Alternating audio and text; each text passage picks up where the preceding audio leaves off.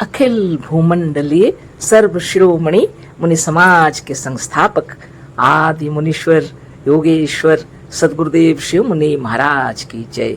उपस्थित मुनि वृंद, साधु सज्जन वृंद, संत वृंद, साधक वृंद, आध्यात्म ज्ञान के जिज्ञासु और प्रेमियों, सभी श्रोता वृंद, आप सभी को मेरा कोटिशः नमन, सप्रेम जय जीव। तो आध्यात्मिक चर्चा चल रही है और हम लोग सदगुरुदेव शिव मुनि महाराज रचित ग्रंथ आत्मबल, मनोबल और इच्छा शक्ति के अंतर्गत आज अध्याय 11 पर चर्चा करेंगे, है ना। शीर्षक दिए हैं गुरुदेव, देवी देवता, भूत प्रेत और ईश्वर को मानने का परिणाम, है ना। बहुत बड़ी बात है ना। देवी देवता, भूत प्रेत और ईश्वर को मानने का परिणाम क्या है, इस विषय पर चर्चा होगी, है ना। तो पढ़ते हैं हम लोग। भूत प्रेत वास्तव में नहीं है, पर संसार में इनका प्रभाव देखने में आता है। वास्तव में तो भूत प्रेत नहीं है वास्तव में, लेकिन संसार में इनका प्रभाव देखने में आता है। कितने लोग भूतों को देखते हैं, कितने लोग बीमार होकर मर जाते हैं, कितने लोग पूजा पाठ करके अच्छे हो जाते हैं, कितने भूत भगाने वाले भी हैं, कितने ओझा सोखा सब तरह के लोग हैं। दुनिया देख रही है, बहुत भयभीत होते हैं लोग, जान नहीं सकते हैं भूत प्रेत हैं या नहीं। लेकिन सदगुरुदेव बतला रहे हैं भूत प्रेत वास्तव में नहीं है, पर संसार में इनका प्रभाव देखने में आता है। इसका कारण है कल्पना, अंधविश्वास और भय। इसका कारण है कल्पना। कल्पना किए हुए हैं लोग, डरते हैं लोग, ये एक अंधविश्वास है और भय है ना। भूतों और प्रेतों को पूजा मानकर या चढ़ाकर कितने जंगली जाति के सचमुच कभी कभी कुछ ना कुछ सफल मनोरथ होते हुए देखे गए हैं। तो भूतों और प्रेतों की पूजा भी करते हैं कुछ लोग, चढ़ावा चढ़ाते हैं। जंगली जाति के लोग सचमुच जो जंगल गांव पहाड़ देहात में रहते हैं, वो भूत प्रेतों को बहुत भयभीत होते हैं और सोचते हैं इनकी जब तक पूजा नहीं करेंगे हमारा मनोरथ पूर्ण नहीं होगा ना। हर समय पूजा वो लोग भूत प्रेत का करते हैं, हर त्योहारों में करते हैं, कोई भी अच्छे कार्य करने हैं तो करते हैं, खेती बाड़ी का समय हुआ तो करते हैं, फसल लगाने से पहले भूतों की पूजा, फसल काटने से पहले भूतों की पूजा, फसल लाने से भी भूतों की पूजा। ये लोग की वो लोग ऐसी पूजा करते हैं, मालूम पड़ता है कि उन्हीं की कृपा से घर द्वार चल रहा है ना। लेकिन यह क्या है, एक अंधविश्वास है और मन की कल्पना है और मन का भय है ना। अगर यह नहीं करेंगे तो यह हम लोग को मार डालेंगे, ऐसा सोचते हैं वो, है ना। अगर ऐसा नहीं करेंगे तो धन दौलत समाप्त हो जाएगा, गरीब हो जाएंगे, खाने पीने का नहीं रहेगा, ऐसी भावना उनके अंदर में आ गई है। बहुत चित्र बात है। लेकिन सदगुरुदेव चाहते हैं कि मनोमस्तिष्क के इस अंधविश्वास को निकाल फेंके, है ना। मन की कल्पना, जो बुरी वृत्तियां मन में घर कर गई हैं, उसको गुरुदेव निकाल देना चाहते हैं, है ना। इस भय को नष्ट कर देना चाहते हैं, है ना। बहुत अच्छी बात है, इसको पढ़ते पढ़ते भय समाप्त हो जाएगा। गुरु की कृपा से नित्य योगाभ्यास करें।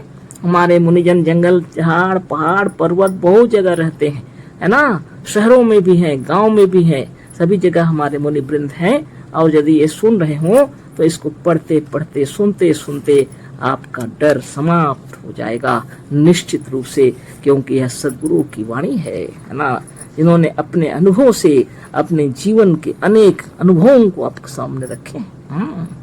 साधारण बात नहीं है यह। वास्तव में भूत नहीं है, भूत प्रेत वास्तव में नहीं है, ये गुरु की वाणी है। आप इस पर सफल मनोरथ हो जाएंगे। पहले सुन लेते हैं, है ना। तो गुरुदेव क्या लिखे हैं देखिए, बहुत सी जगह है भूतों और प्रेतों की पूजा। भूतों और प्रेतों को लोग पूजा करके मान लेते हैं, ये तो चढ़ाते हैं, ये तो अभी बातचीत हो गई, आगे हम लोग पढ़ते हैं, है ना। बात यह है कि फल तो मिलता है अपने विश्वास से, पर मूर्ख लोग जानते हैं कि इस वृक्ष पर के भूत या ब्रह्म की कृपा है ना। तो कोई ना कोई पेड़, ना कोई पत्थर, ना कोई कहीं पर ये लोग उसका अस्तित्व मानते हैं, वहां जा करके दंडवत करते हैं, उनका चढ़ावा चढ़ाते हैं और सारे कार्य करते हैं। बाद में जब सफलता मिलती है तो ये सोचते हैं सफलता तो इनको मिली, लेकिन इनकी कृपा से, भूत की कृपा से मिली। लेकिन यह बात अलग है, सदगुरुदेव कह रहे सफलता उनको अपने विश्वास से मिली है। वहां तो भूत प्रेत कोई है ही नहीं। इन्होंने जो चढ़ावा उसको किसने खाया कुछ नहीं है वहां पर। लेकिन इनके मन की दशा ऐसी थी कि यह करने से, ये सब करने से मेरा जो पूर्ण मनोरथ होगा, हमारी जो इच्छा है वह पूरी होगी, हम सफल होंगे। ये अपने विश्वास से सफल हो जाते हैं, है ना। भूतों में इसके कोई महिमा नहीं है, लेकिन इनकी अपनी महिमा है, अपने विश्वास से फलीभूत होते हैं। हाँ चलो ऐसा पूजा कर लिए, अब कोई बात नहीं। कितने ऐसे घर हैं जहाँ पर कोई नया अन्न आ गया तो पूजा पहले होता है, उसके बाद खाते हैं।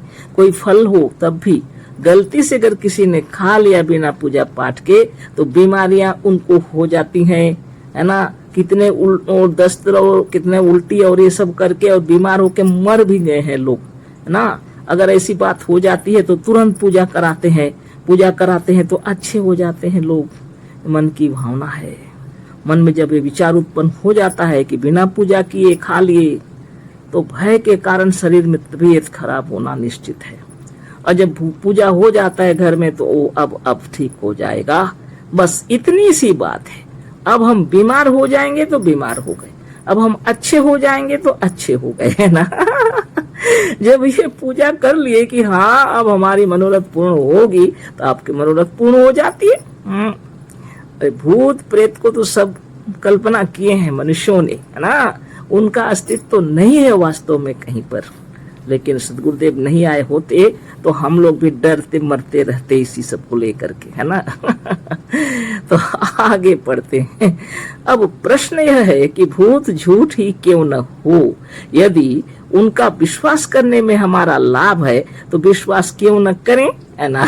तो लोग कहते हैं, प्रश्न पूछते हैं, अगर भूत प्रेत नहीं भी है तो कोई बात नहीं, लेकिन उनका अगर विश्वास करने से हम फलीभूत होते हैं, सफल मनोरथ हमारा होता है, तो हम क्यों न करें।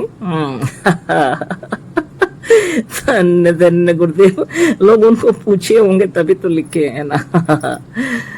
यह ठीक नहीं है। भूतों को मानने से लाभ बहुत कम और हानि बहुत अधिक है। गुरुदेव कह रहे हैं देखो। यह ठीक नहीं है कहते हैं ना। भूतों को मानने से लाभ बहुत कम और हानि बहुत अधिक है। हाँ, भूतों को मानकर, भूतों पर विश्वास करके लोग जितना बीमार पड़ते और मरते हैं, ठगे जाते हैं, उनका शतांश भी लोग भूतों द्वारा लाभ नहीं उठा सकते, है ना। भूत प्रेतों के कारण अगर हमारा मनोरथ पूर्ण हो जाता है विश्वास से तो क्यों न करें। तो गुरुदेव कहते नहीं, कोई फायदा नहीं, इससे जितना लाभ होता है उससे अधिक हानि होती है। भूतों को मानकर, भूतों पर विश्वास करके लोग जितना बीमार पड़ते, मरते और ठगे जाते हैं, उनका शतांश भी लोग भूतों द्वारा लाभ नहीं उठा सकते। कहाँ से उठाएंगे। भूत प्रेत हैं जो कर देंगे आपका काम, है ना। ये तो मनोरथ पूर्ण करने वाली शक्ति तो आपकी आत्मा के अंदर, आपके मन के वृत्तियों के अंदर छुपा हुआ है। आपके विश्वास के अंदर छुपा हुआ है। शक्ति तो आपकी आत्मा के अंदर है ना।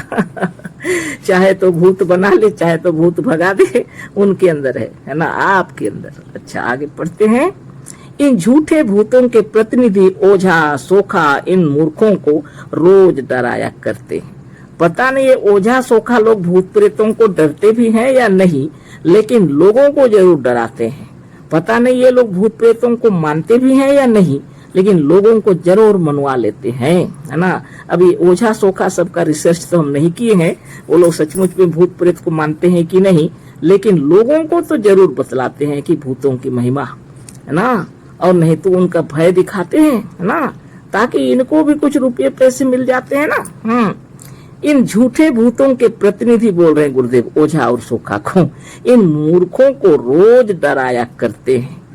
जहां जहां भूत प्रेतों की बात होती है ओझा सोखा तो बुलाए जाते हैं। गांव देहातों में ज्यादातर होता है, शहरों में तो आजकल लोग ये सब नहीं करते, डॉक्टरों के वैद्यों के पास जाते हैं। हाँ, कुछ लोग हैं शहर में भी अंधविश्वासी तो रहते ही हैं जगह जगह।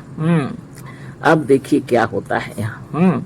इन झूठे भूतों के प्रतिनिधि, है ना, ओझा सोखा इन मूर्खों को रोज डराया करते हैं। भूत यह पूजा मांग रहा है, यह करो। भूत यह पूजा मांग रहा है, यह करो, यह दो, नहीं तो भूत रुष्ट हो जाएगा, तुम्हें मार डालेगा। इसे डराते हैं, है ना। मनुष्य डर कर देता रहता है, देने वाला जितना ही देता है इनकी मांगे बढ़ती जाती है। अब जितने ये देते रहते हैं, मांगने वाले और बढ़ते हैं और डराते हैं, दूसरे दूसरे तरीके अपनाते हैं। कहाँ तक कोई दे, कहाँ तक कोई दे, है ना। देने वाले बेचारा कहाँ से कितना दें, कब तक दें। जब नहीं दे सकता है तो भूतों के प्रतिनिधि कहते हैं कि अब वह तुम्हें बीमार करेगा, बीमार में डालेगा, तुम्हें, तुम्हारे पशुओं और तुम्हारे बच्चों को मार डालेगा। अगर ये देने नहीं सकते हैं तो प्रतिनिधि उनको कहते हैं, देखो अब तुम नहीं दे रहे हो, अब तुम्हें बीमार कर देगा, तुम्हारे पशु जितने हैं तुम्हारे घर में, बच्चे भी तुम्हारे, सबको मार डालेगा। भूतों के मानने वाले इससे डर जाते हैं, भूतों के मानने वाले डर जाते हैं। कितने तो जमीन बेच करके रुपए ला करके और उनके जो दान दक्षिणा की बातें हो देते हैं, है ना, कितनी कितनी बातें हो जाती है। मनुष्य का यह स्वभाव है कि जिस वस्तु से वह जितना ही डरता है उतना ही अधिक उसकी भावना करता है। तो भय जब है न मन में, वो ना चाहते हुए भी आएगा, घुस जाएगा मन के अंदर। गुरुदेव जो लिखे हैं साधारण बात नहीं है, है ना। मनुष्य का यह स्वभाव है, गुरुदेव कह रहे हैं, जिस वस्तु से वह जितना ही डरता है उतना ही अधिक उसकी भावना करता है। डर के मारे भावना होगी। भावना का प्रभाव उसके शरीर और उसकी बाहरी परिस्थितियों पर बिना पड़े नहीं रहता। इस भावना का प्रभाव ऐसा पड़ता है कि उसके शरीर पर भी पड़ता है, उसकी बाहरी परिस्थिति पर भी पड़ता है। इसका प्रभाव पड़ता ही है ना। भावना के प्रभाव पर हम इसी पुस्तक में बहुत कुछ लिखे, इसी भावना के प्रभाव पर तो इस किताब पर लिखे हैं गुरुदेव, है ना। आत्मबल, मनोबल और इच्छा शक्ति, है ना। और यहाँ कहाँ जा रहा है, भय की ओर मन जा रहा है। यह डर रहे हैं लोग, भयभीत हो रहे हैं, यह भी एक भावना है। भावना के प्रभाव पर हम इसी पुस्तक में बहुत कुछ लिख चुके हैं। अतः इस तरह से भूतों के भक्तों की हानि अधिक और लाभ बहुत कम होता है। अब इसको प्रमाणित करके गुरुदेव बतला रहे हैं। बताइए, जहाँ भूत प्रेत है ही नहीं, लेकिन ओझा सोखा लोगों की बातें ज्यों ही सुनते हैं लोग, जो नहीं भी डरता होगा तो डरेगा। ये लोग क्या सोचते हैं, इन्होंने भूतों प्रेतों को देखा हुआ है, और इन इशारे पर, ओझा सोखा के इशारे पर भूत लोग नाचते हैं, है ना। मन चाहा तो किसी पर हाँक दिया, मन चाहा तो कहीं उड़ा दिया, इनके ऊपर निर्भर करता है। और ये सोचते हैं ये भूतों को डराने, भूतों की बात लेकर के इन लोगों को डराते हैं ओझा सोखा लोग। तब ये पूजा पाठ करने लगते हैं और दान दक्षिणा जो कहा गया वो देते हैं। कब कितना ही दें, जब देने नहीं सकते, परेशान हो जाते हैं, तो ये लोग उनको फिर डराते हैं, अभी तुम नहीं दोगे इतना तो तुमको बीमार कर देगा, तुम्हारे बाल बच्चों को, तुम्हारे पशुओं को मार डालेगा, बर्बाद हो जाओगे तुम, है ना। इस तरह से भयभीत करते हैं। इसलिए गुरुदेव कहते हैं भूत प्रेतों को नहीं मानो, पूजा पाठ अगर ना करो वही भला है। जितना इनको मानोगे उतना ओझा सोखा को बुलाओगे, है ना, उतने भयभीत होगे, है ना। नित्य दिन योगाभ्यास कीजिए, प्रणव का मंत्र का उच्चारण करते करते मनोबल बढ़ जाएगा और कहीं भूत प्रेत नहीं है, विचार हृदय में जिस दिन उदय हो जाएगा भय भी समाप्त हो जाएगा, है ना। यहाँ आगे चर्चा करेंगे। इसमें छोटा शीर्षक दिए है भूत लीला। किसी से झगड़ा हुआ कि उसने धमकाया, हम तुम्हारे ऊपर भूत हका देंगे। शत्रु ने एक ओझा बुलाया कि भूतों को मानने वालों का कलेजा कांपने लगता है। भूतों को मानने वाले सोचते हैं कि आज शत्रु हमारे ऊपर भूत अवश्य हकावेगा, वह आवेगा और हमारे घर भर को खा जाएगा। वह डर से कांपने लगता है और डर की अवस्था में बार बार शत्रु के भूतों की भावना करके सचमुच बीमार पड़ जाता है। फिर वह और उसके घर के लोग महीनों तक अनेक प्रकार का कष्ट उठाते और रोते रहते हैं। कितने तो मर भी जाते हैं। बहुत बड़ी बात है कि नहीं, है ना, बहुत बड़ी बात है। इस तरह से विचार कर लीजिए। इसका शीर्षक ही है अध्याय 11 का देवी देवता भूत प्रेत और ईश्वर को मानने का परिणाम। गुरुदेव बोल रहे हैं भूत प्रेत वास्तव में नहीं है, लेकिन संसार में इसका प्रभाव देखने में आता है। बहुत से ओझा सोखा तो यही सब काम करते फिरते हैं और भूत की लीला की बात यहाँ पर छोटा शीर्षक है। पहले तो बता दिए गुरुदेव की भूत का ये सब मानना अच्छा नहीं है, इससे अधिक हानि है, लाभ नहीं है। लाभ जितना होता है उसका शतांश, जितना हानि होता है उसका शतांश भी लाभ नहीं। अब यहाँ बता रहे हैं, इसको भी ध्यान से सुन लीजिए। किसी से झगड़ा हो गया मान लीजिए, किसी ने धमका दिया मान लीजिए, तो लोग क्या कहते हैं, तुम हमें धमका रहे हो ना, तो हम तुम्हारे ऊपर भूत हका देंगे।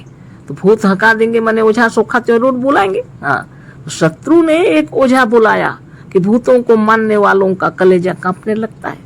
तब सोखा बुलाता है, जब कोई ओझा सोखा बुलाता है तो भूत जो सचमुच में भूतों को मानते हैं उनका कलेजा डर से कांपने लगेगा, निश्चित बात है। जो भूतों को नहीं मानते उसको क्या लगा है, निर्भय रहेंगे वो, तेरा ना भूत कहीं है ना तुम हकाओगे, कौन आएगा, हमारा क्या बिगाड़ सकता है। हाँ, ऐसी अगर भावना रखेंगे तो भूत प्रेत कुछ नहीं है। लेकिन भयभीत हुए तो कौन बिगाड़ देता है, हम खुद अपने को बिगाड़ते हैं, है ना। भूतों को मानने वाले डरते हैं। अगर जब सुन लेते हैं कि किसी ने ओझा बुला दिया है, हमारे ऊपर वो भूत हकाएगा, डरेंगे निश्चित। भूतों को मानने वाले सोचते हैं कि आज शत्रु हमारे ऊपर भूत अवश्य हकावेगा, वह आवेगा और हमारे घर भर को खा जाएगा। ऐसी भावना जब होने लगेगी तो कितना भयभीत हो जाएगा, पूरा परिवार डर जाएगा, पूरे परिवेश घर के बिगड़ जाएंगे, है ना। वह डर से कांपने लगता है और डर की अवस्था में बार बार शत्रु के भूतों की भावना करके सचमुच बीमार पड़ जाता है। भावना का प्रभाव है। कहीं भूत तो आया नहीं, न भूत है जो भेजेगा, लेकिन ओझा सोखा जैसे आए और किसी ने कह दिया कि हम भूतों को हकाएंगे तो आज रात में जरूर भूत आएगा, और डर लगता है उसको, उसका कलेजा कांपता है डर से, और फिर सब पूरे घर के लोग डरते हैं, भयभीत हो जाते हैं, बार बार भूतों की भावना करके बीमार पड़ जाते हैं। बहुत दुख की बात है। फिर वह और उसके घर के लोग महीनों तक अनेक प्रकार का कष्ट उठाते और रोते रहते हैं। कितने तो मर भी जाते हैं डर के मारे, बीमार, ठीक नहीं होता। भूतों ने हकाया है, भूत आए हैं, भूत के कारण बिगड़ा हुआ है, सोचते हैं कैसे जाएगा, मर ही जाते हैं बहुत कुछ लोग, है ना। कितने दुख की बात है। ये भूत प्रेतों को मान के क्या लाभ बताइए। जो भूतों को मानते हैं उन्हीं को भूत डराएगा ना, जिसके मन की कल्पना से डरता है मनुष्य। अब देखिए आगे क्या लिखते हैं गुरुदेव। अब इस डरे हुए को भी दूसरे ओझा को बुलाना पड़ता है। ये भयभीत हो गए हैं तो अब इनका परिवार में इतना इतनी तबाही मची हुई है, महीनों से परेशान है, तो ये भी अब दूसरे ओझा को बुलाएंगे निश्चित। वह भूतों को भगाने के बहाने खूब ठगता है। अब दूसरा बुला लेते हैं तो वो अब भूतों को भगाने के लिए खूब ठगेगा वो। कभी कभी भूतों की पूजा के पीछे इतना ऋण हो जाता है कि इनका घर द्वार भी बिक जाता है। भूतों को भगाने के चलते उनको डर के कारण जो देना पड़ता है ना, तो वो तो मांगते हैं ऐसा दान दक्षिणा, रुपये पैसे की कमी हो जाती है तो कभी जमीन जायदाद घर द्वार बिक जाता है। सोच लीजिए। भूतों के मानने वालों को रास्ते रास्ते भूत दिखाई देते और सताते हैं। जो लोग भूतों को मानते हैं रास्ते रास्ते भूत दिखाई देते हैं, किसी पेड़ में, किसी गुफा में, कहीं कहाँ जहाँ बताया गया भूतों का डेरा बताए, लोग डरेंगे नहीं। कभी पेड़ में, कभी पहाड़ में, कहीं कहाँ पर भूत दिखते हैं उनको। भूत क्या दिखेंगे, केवल भय, यहाँ भूत रहता है। हाँ रात को स्वप्न में भी इन भूतों के मानने वालों की छाती पर भूत सवार हो जाते हैं और हुम जाते हैं, है ना। डर के मारे इनको ऐसा लगता है कि भूत हमारे छाती पर सवार हो गया। कभी कभी तो लगता है कि भूत ही इनको हुमच रहा है, कभी उठा के फेंक देता है जैसा लगता है, कभी ऊपर कभी नीचे, इनका एकदम ऊपर नीचे लग रहा है कि मतलब उठा के फेंक दिया। ऐसे भी होते हैं, डरते हैं, भयभीत होते हैं, कांपते हैं, कभी कभी गला भी दबाते हैं ये भूत इनको। स्वप्न देकर अनेक प्रकार की पूजा मांगते हैं। डर के स्वप्न में भी देखते हैं तो इनको लगता है कि पूजा मांग रहे हैं भगवान। भगवान बोले भूत पूजा उनको मांग रहे हैं। कहाँ तक कोई पूजा दे, न देने पर भूत कुपित होते और अनेक प्रकार का कष्ट देते हैं। अब कहाँ तक कोई पूजा दे, कितना दान दक्षिणा दे, और जब कभी नहीं देने सकते हैं, कभी कभी ऐसी अवस्था में तो परेशान हो जाते हैं, है ना। तब अब क्या करें, तो भूत कुपित हो गया, अब इनको कष्ट देगा। पर जिनका दृढ़ विश्वास है कि भूत नहीं है, उनका ये भूत कुछ नहीं कर सकते। यही सबसे बड़ी बात है ना। जिनके हृदय में यह विचार है और भय समाप्त, जब आपको अच्छी तरह से मालूम हो जाएगा कि भूत प्रेत का अस्तित्व ही नहीं है, तो आप भयभीत क्यों होंगे? जब आपको मालूम हो जाएगा भूत प्रेत का अस्तित्व ही नहीं है, तो आपका भय समाप्त हो जाएगा। लेकिन आपको अगर लग रहा है कि होंगे, शायद अवश्य ही होंगे, तब आपका भय खत्म नहीं होगा और आप भयभीत होंगे, बीमार भी होंगे, और ये पूजा भी करेंगे, और ये दान दक्षिणा जो मांगते हैं उसको भी देने के लिए तैयार रहेंगे, और अनेक तरह के पूजा के अनेक तरह के रुपये पैसे नहीं होंगे तो जमीन जायदाद बेचेंगे, ऋण भी लेंगे। बहुत सारी बातें हैं, हानि ज्यादा ही होगा, है ना। गुरुदेव कह रहे हैं जब हृदय में विचार उत्पन्न हो जाए, दृढ़ विश्वास कि भूत नहीं है, उनका भूत कुछ भी नहीं कर सकता, ना उनको पूजा मांगेगा ना उनको सतावेगा, है ना। गुरुदेव के शब्दों में, पर जिनका दृढ़ विश्वास है कि भूत नहीं है, उनका ये भूत कुछ नहीं कर सकते। उनसे ना पूजा मांगते हैं, ना उनको सताते हैं, और ना किसी के हकाने पर उनके पास जाते हैं। अतः भूतों को ना मानने वाले ही मजे में रहते हैं। हमने एक बार 4-5 भूतों के प्रतिनिधियों या ओझाओं को बुलाया। साधारण बात थोड़ी है, सदगुरुदेव ऐसी छोड़ देते हैं किसी को, है ना। उनको पता लगा कहाँ कहाँ ओझा सोखा है, सबको बुलाया उन्होंने, जितना आसपास के थे 4-5 भूतों के प्रतिनिधियों को बुलाए गुरुदेव, है ना। लिखे हैं, उसको पढ़ लेते हैं, आप सुन लीजिए, है ना। हमने एक बार 4-5 भूतों के प्रतिनिधियों या ओझाओं को बुलाया और कहा कि तुम अपने भूत को हमारे ऊपर हका कर हमें बीमार डाल दो। तो उन्होंने कहा कि आप जैसे ब्राह्मणों के निकट भूत नहीं जा सकते। अद्भुत बात हो गई। गुरुदेव बुलाए 4-5 भूतों के प्रतिनिधि, ओझा सबको बुलाए, ओझा सोखा जिसको बोला जाता है, और उन्होंने कहा अब तुम लोग अपना भूत मेरे ऊपर हाँकाओ और हमको बीमार डाल दो। तो वो लोग बोलते हैं क्या आप जैसे ब्राह्मणों के निकट भूत नहीं जा सकते? तो आप जैसे ब्राह्मणों के निकट भूत नहीं जा सकते। सदगुरुदेव का जन्म तो उच्च कोटि के ब्राह्मण परिवार में हुआ था, लेकिन ये ऐसी बातों को नहीं मानते हैं गुरुदेव, सबको ब्रह्म देखते हैं। लेकिन ये तो डर रहे ना ओझा सोखा लोग। ये लोग तो डर रहे, ये लोग बोल रहे हैं कि आप जैसे ब्राह्मणों के निकट तो भूत जा ही नहीं सकते। ओझाओं में एक ब्राह्मण ओझा भी था। अद्भुत बात हो गई, उन ओझाओं में से एक ब्राह्मण ओझा भी था। हमने कहा कि तुम अपने ब्रह्म को कहो कि हमें दुख दे। तो गुरुदेव उस ओझा को कहते हैं, जो ब्राह्मण ओझा है, कहते हैं कि तुम अपने ब्रह्म से कहो, अपने ब्रह्म को कहो, हाँ हमें बीमार कर दे।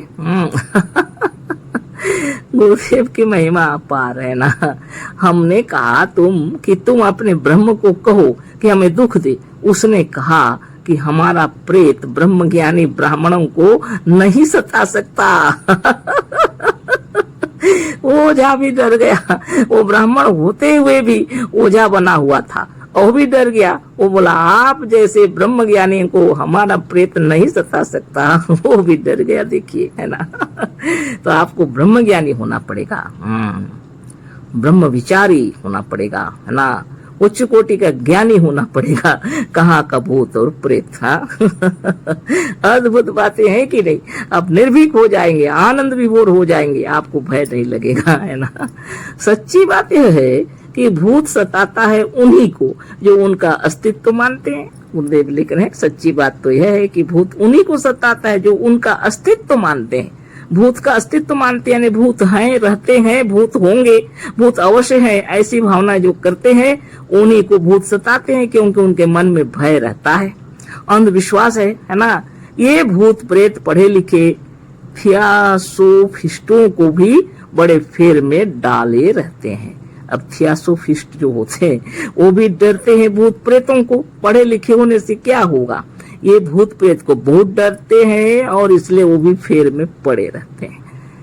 थियासोफिस्टों के मेजों पर तो बुलाते ही हर प्रकार के भूत पहुंच जाते हैं। अब ये थियासोफिस्ट वाले जो होते हैं वो भूतों को बुलाने वाले हैं, उनके मेजों पर तो तरह तरह के भूत आ जाते हैं। बताइए, अंधविश्वास, मूर्खता और अज्ञान ही भूतों को बनाता और दिखाता है। ठीक से समझ लीजिए, हृदय की बातें बहुत बड़ी बातें हैं, साधारण बात नहीं है ना। भूत प्रेत को जो मानते हैं उनको ही भूत भी दिखते हैं, और वो भूत दिखता है, बनाता है सब। गुरुदेव की वाणी को फिर हम पढ़ते हैं, है ना। अंधविश्वास, मूर्खता और अज्ञान ही भूतों को बनाता और दिखाता है। ज्ञान होते ही एक काल्पनिक भूत प्रेत नष्ट हो जाते हैं। सारे काल्पनिक भूत प्रेत ज्ञान होते ही नष्ट हो जाते हैं। हमारी बनाई हुई एक पुस्तक है भूत विद्या व मैस्मरिज्म। इसमें इन मैस्मराइजरों, स्पिरिचुअलिस्टों और भूतवादियों की पोल खूब खोली गई है। यही नहीं, इन झूठे भूतों के नाम से यूरोप और अमेरिका में भी जो ठगी हो रही है उसे भी दिखा दिया गया है। यूरोप के भी हजारों मूर्ख भूतों के कारण बीमार पड़ते और मरते रहते हैं। ओला तो इसमें चर्चा हो चुका है, आप वहां पर देख सकते हैं। आप उनसे बोल करके आप ले लीजिए, है ना। आप पढ़ सकते हैं, सुन सकते हैं। से हो चुकी इसकी चर्चा, हम लोग इससे बहुत पहले कर चुके हैं। भूत प्रेत वाला किताब से, भूत प्रेत वाला मैस्मरिज्म वाला, है ना। तो गुरुदेव की महिमा अपार। आज से भूतों को डर छोड़ दीजिए, भूतों को मस्तिष्क से निकाल फेंकिए, मन में दृढ़ संकल्प कर लीजिए उनका अस्तित्व तो ही नहीं है, उनको तो आप ही ने बनाया है। अंधविश्वास से, अपनी कल्पना से बना डाला है।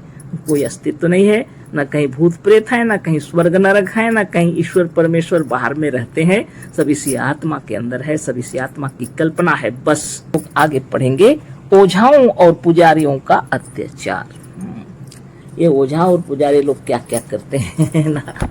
डर तो मनुष्य का ही है, इनका भी क्या दोष, इन्होंने खुद बनाया है इनको, है ना। आगे पढ़ते हैं क्या लिखे हैं गुरुदेव।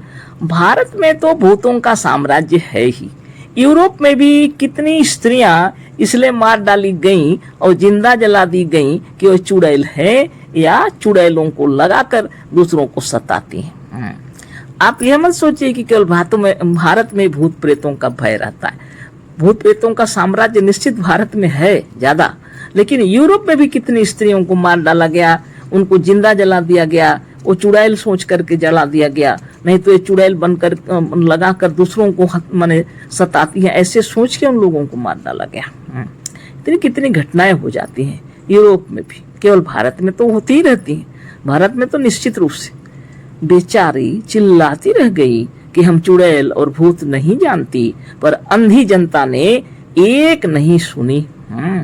बेचारी लोग चिल्लाती रह गई, है ना, हम चुड़ैल नहीं है, हम भूत प्रेत को कुछ को जानते भी नहीं। लेकिन ये अंधी जनता सुनती नहीं और उसको कोई जिंदा जला दिया, किसको कितना तकलीफ दे दिया। कहो कैसी बात है। बहुत दुख की बात है। क्या क्या नहीं होता है इस जगत में। ये अंधविश्वास के कारण अंधी जनता, गुरुदेव लिखे हैं, जनता का ज्ञान ही नहीं है, विचार ही नहीं करते हैं, है ना, कुछ भी नहीं। भारत में तो भूत बेचे जाते और दहेज में दिए जाते हैं। भारत में तो क्या कहना, भूत बेचे जाते हैं, दहेज में भी दिए जाते हैं। बताइए, भूत हकाने के अपराध में अपराधियों से पंच, लोग और जमींदार बराबर सब भी जुर्माना वसूल करते हैं। चलते रहता है गांव में ऐसा, किसी ने भूत हका दिया, पंच बैठ जाते हैं, बैठक होती है, जमींदार लोग भी जुर्माना वसूल करते हैं। गांव के मुखिया बने हुए हैं कहीं देहात में, अज्ञानी लोग जहाँ रहते हैं, तो उसने भूत हका दिया, और वहां से चलता है, बातें होती हैं, और वो जमींदार लोग भी उन लोगों से वसूल करते हैं। ऐसा तुमने क्या किया दंड के रूप में, है ना। कितनी बातें। कितनों को जनता भूतों को हकाने वाला समझकर मार तक डालती है। कितनों को तो लोग सोचते हैं ये भूत हकाने वाला है, ऐसा व्यक्ति है बोल के उसको जनता मार डालती है, लोग मार डालते हैं। बेचारा चिल्लाता रह जाता है, पर उसको उसकी कोई नहीं सुनता। बेचारा चिल्लाता रह जाता है कि हम नहीं जानते, हमारा कोई भूत से कोई मतलब नहीं, लेकिन कौन सुनता है, उसको मार डालते हैं। अंधविश्वास ने बड़े बड़े अनर्थ कर डाले हैं, अंधविश्वास ने बड़े बड़े अनर्थ कर डाले हैं।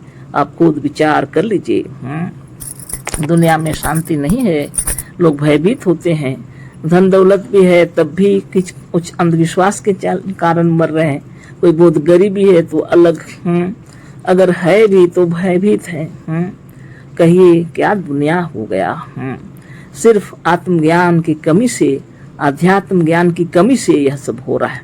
ठीक यही दशा देवी देवताओं की भी है, ठीक यही दशा देवी देवताओं की। अभी भूत प्रेत वाली बात तो हो गई, अब देवी देवता भी वैसे ही हैं। जैसे भूत काल्पनिक हैं, उसी तरह से देवी देवता भी असत्य और काल्पनिक हैं। जैसे भूत प्रेत काल्पनिक है, वैसे ही देवी देवता भी असत्य और काल्पनिक है। सब मन के भीतर के गढ़न है, मन के गढ़े हुए हैं, सब कल्पित हैं। गुरुदेव बतला रहे हैं, इनसे भी भूतों की तरह लाभ कम और हानि अधिक है। ये भी देवी देवता को भी उसी तरह लोग पूजते हैं। दान दक्षिणा देना पड़ता है, चढ़ावा देना पड़ता है, दुनिया धंधा, और नहीं दे सकेंगे तो तुम्हारा ये हानि होगा, वो हानि होगा। लोग डराते हैं, पुजारी लोग भी डरवा देते हैं। जैसे भूतों के प्रतिनिधि ओझा सोखा लोगों को ठगते, धोखा देते और सताते हैं, उसी तरह से देवताओं के प्रतिनिधि पंडा, पुजारी, पुरोहित, पोप, मुल्ला और पादरी भी लोगों को डराते, धमकाते, पुजवाते, ठगते और सताते हैं। बताइए अब कहाँ जाइएगा। ये सारे जितने हैं ये प्रतिनिधि लोग बने हुए हैं, कोई धर्म के ठेकेदार हैं। ये सब क्या करते हैं, ओझा सोखाओं का प्रतिनिधि बने हुए हैं, कोई भूत प्रेतों का प्रतिनिधि है, कोई देवी देवता का प्रतिनिधि है ना, कोई धर्म का प्रतिनिधि है। और ये सबको भयभीत कराते, ठगते हैं और रुपये लेते हैं। बताइए क्या करेंगे आप। सदगुरुदेव शिव मुनि महाराज की जय। इस और एक बार पढ़ देते हैं इसको। ठीक यही दशा देवी देवताओं की भी है। जैसे भूत काल्पनिक हैं, उसी तरह से देवी देवता भी असत्य और काल्पनिक हैं। इनसे भी भूतों की तरह लाभ कम और हानि अधिक है। जैसे भूतों के प्रतिनिधि ओझा सोखा लोगों को ठगते, धोखा देते और सताते हैं, उसी तरह से देवताओं के प्रतिनिधि पंडा, पुजारी, पुरोहित, पोप, मुल्ला और पादरी भी लोगों को डराते, धमकाते, पुजवाते, ठगते और सताते हैं। कितना अनर्थ हो रहा है जगत में। भूतों प्रेतों देवी देवताओं की पूजा के लिए बलि चढ़ाए जाते हैं, जीवित जीव जंतुओं को मार डालते हैं। बताइए, सबको तो मालूम ही है कितना जघन्य अपराध हो रहा है जगत में। और पूजा पाठ हो रहा है, अभी तो होगा, एक कल परसों आरंभ होगा, है ना, दुर्गा पूजा। क्या बताएं। अब विश्वास, अंधविश्वास, अज्ञान, अंधविश्वास इसी को बोलते हैं। आत्मज्ञानियों ने जिसको दुर्गा कहा उसको लोगों ने समझा ही नहीं। उस विषय पर हम यहाँ क्या बताएं। बहुत तकलीफ की बातें। जो दुर्ग के अंदर में आपके मस्तक कोश में ना रहती है वो शक्ति, उसको दुर्गा कहा गया। आत्मा के रहने पर, है ना, इस शरीर को चलायमान करने की प्रबल शक्ति है। इसको दुर्गा कहा गया। जिसका आत्मबल, मनोबल, ज्ञान बल उच्च कोटि का है, उसको दुर्गा कहा गया। लेकिन क्या कहें, जगत तो जो गड़बड़ कर रहा। और यहाँ भी बलि चढ़े जाएंगे। निरीह पशुओं को बलि चढ़ा देते हैं। कितने दुख की बात है। कौन ऐसे पूजा पाठ को देखने जाएगा। बेकार की जगह है ना, व्यर्थ की बातें। भूतों प्रेतों देवी देवताओं और ईश्वरों की कल्पना करके मनुष्य स्वर्ग नरक जमराज जमदूत सबको बना के रखा है ना। और जीवन भर इसी के पीछे वह जीते मरते रहता है। जन्म जन्मांतर तक इसी में घिसटता रहता है। बताइए, अगर पसंद है तो खूब कीजिए पूजा, है ना। अपने की ऐसी इच्छा नहीं, है ना। दिल दुखी हो जाता है। किसी का बलि चढ़ाना साधारण बात नहीं है। चाहे पशु ही क्यों ना हो, पशु बच्चे को ही क्यों ना हो। कितने दुख की बात है किसी को पीड़ा पहुंचाना। बहुत दुख की बात है मुनिजन। अच्छा हुआ हम लोग मुनि बन गए, है ना। गुरुदेव की कृपा से हम लोग कम से कम दीक्षा उच्छा ले लिए, कम से कम गुरुदेव का ज्ञान मिला। अब इसको भी कोई जादू टोना थोड़ी ना है या तो अपनी इच्छा से आपको जाना पड़ेगा शिक्षा लेने के लिए। हाँ बिना योग साधन के आपको ब्रह्म ज्ञान नहीं होगा। यम नियम आसन प्राणायाम प्रत्याहार धारणा ध्यान समाधि अष्टांग योग का साधन करना पड़ता है। प्रथम में लिखा हुआ है अहिंसा। किसी जीव की हत्या तो करनी ही नहीं है। तो आप सोच ले, जितने बलि चढ़ाए जा रहे हैं, जितने पूजा पाठ हो रहे हैं, चाहे वह भूतों प्रेतों के नाम पर हो, चाहे देवी देवताओं के नाम पर हो, इतने बलि चढ़ाए जा रहे हैं, यह सब अनर्थ है, झूठा। इससे कोई कल्याण होने का नहीं है। लोगों को ठगे जा रहे हैं, है ना। ये ठगों का देश बन गया हमारा भारत। क्या कहें आपको, जो आत्मज्ञानियों का देश है, प्रतिभाशाली तेजस्वी यहाँ पर रहा करते थे, अभी भी है, नहीं सो बात नहीं। उन्हीं के चलते तो टिके हुए हैं आप, है ना। सदगुरु की महिमा बनी रहे, सब कोई योग साधन करेंगे, है ना। घर घर में ओम का प्रणव गूंजना चाहिए और भूत प्रेत का नामो निशान मिट जाना चाहिए भारत से, है ना। देवी देवताओं का नामो निशान मिट जाना चाहिए भारत से, और भगवान का नामो निशान मिट जाना चाहिए भारत से। अहम ब्रह्मास्मि तत्त्वमसि, हम ही ब्रह्म हैं, तुम भी वही हो। जिस दिन ये विचार उत्पन्न हो जाएगा, भारत से जात भेद धर्म भेद ऊंच नीच छोटा बड़ा समाप्त हो जाएगा। जैसे ये भूत प्रेत हानिकारक हैं, वैसे ही यहाँ जात भेद भी हानिकारक हो गया है। छुआछूत छोटा बड़ा ये सब अंधविश्वास में पड़े हुए हैं हम लोग, है ना।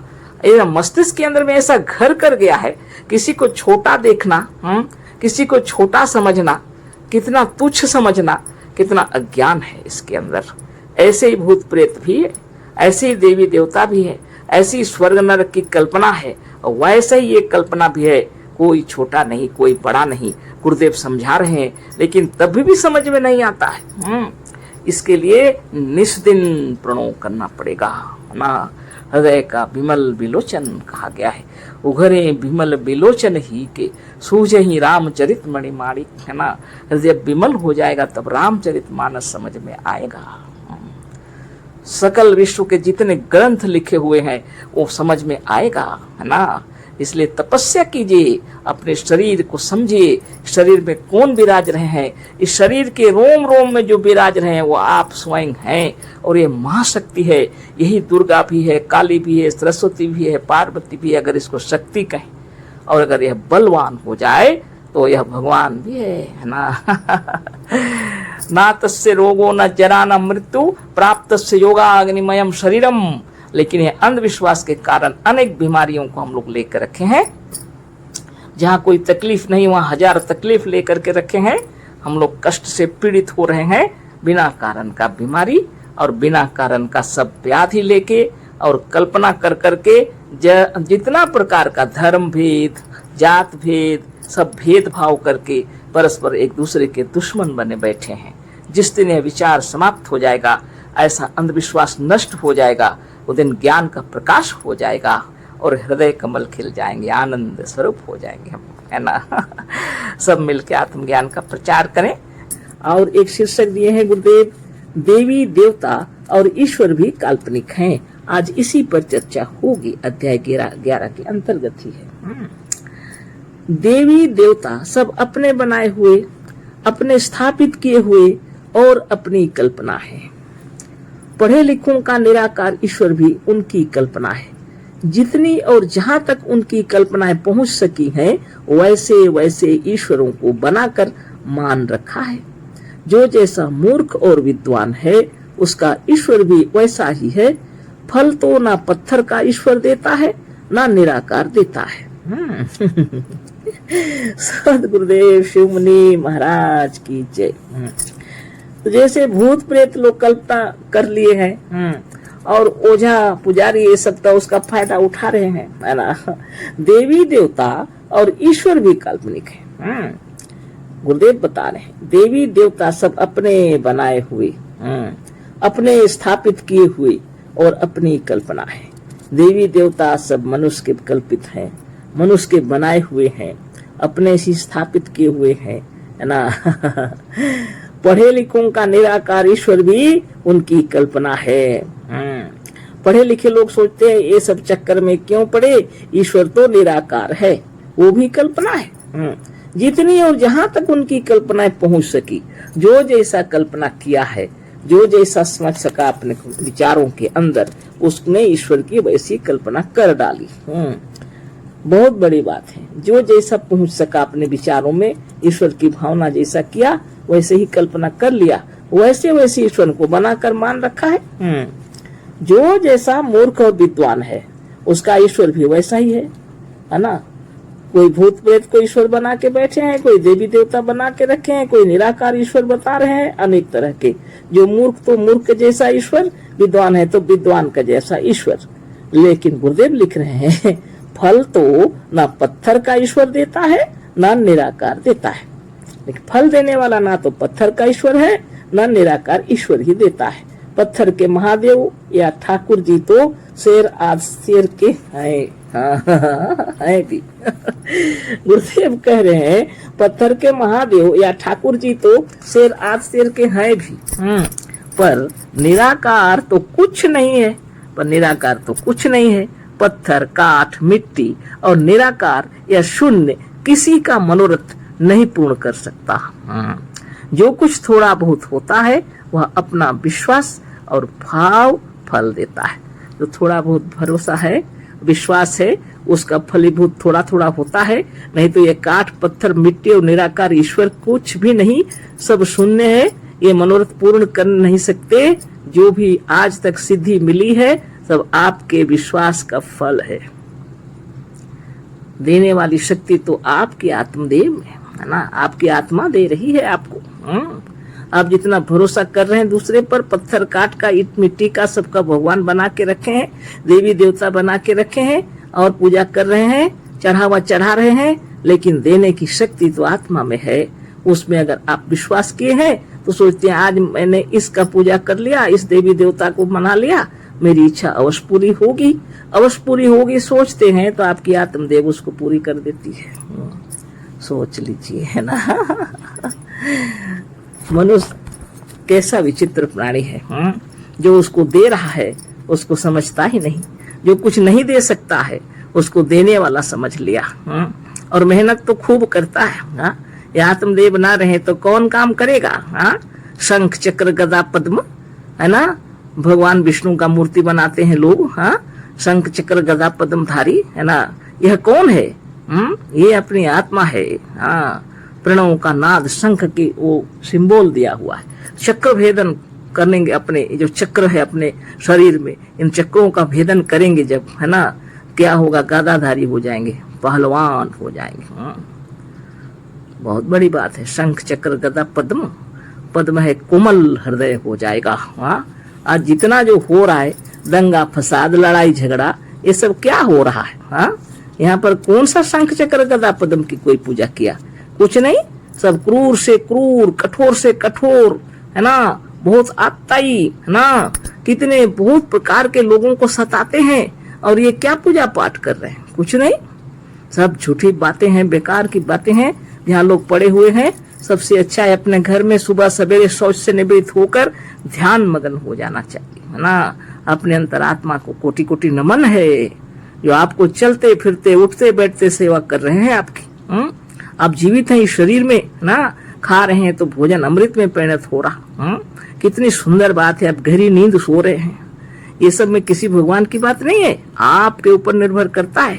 इसको छोड़कर आप किसको किसको पूजने जा रहे हैं? खूब कमा करके लाते हैं, धन दौलत ला के रखते हैं, घर परिवार को खिलाते हैं और फिर ईश्वर के नाम पर चढ़ाने जाते हैं। कितना माने क्या बताएं, विचित्र बातें अज्ञान में हो रही हैं। खैर कोई बात नहीं, आगे पढ़ लेते हैं पहले, है ना। विचार तो सदगुरु ऐसा दिए हैं कि आपको मालूम पड़ता है कि किधर से किधर बातें चली जाती हैं। यह अपना आप ऐसा है कि काठ, पत्थर, मिट्टी, निराकार और शून्य को भी भगवान बना देता है। सदगुरुदेव शिव मुनि महाराज की जय। उन्हीं की वाणी को सुन करके हृदय द्रवित हो जाता है। बाप रे बाप। यह अपना आप ऐसा है कि काठ, पत्थर, मिट्टी, निराकार और शून्य को भी भगवान बना देता है। और इसी को भूल बैठे हैं सब। कितनी बड़ी बात है।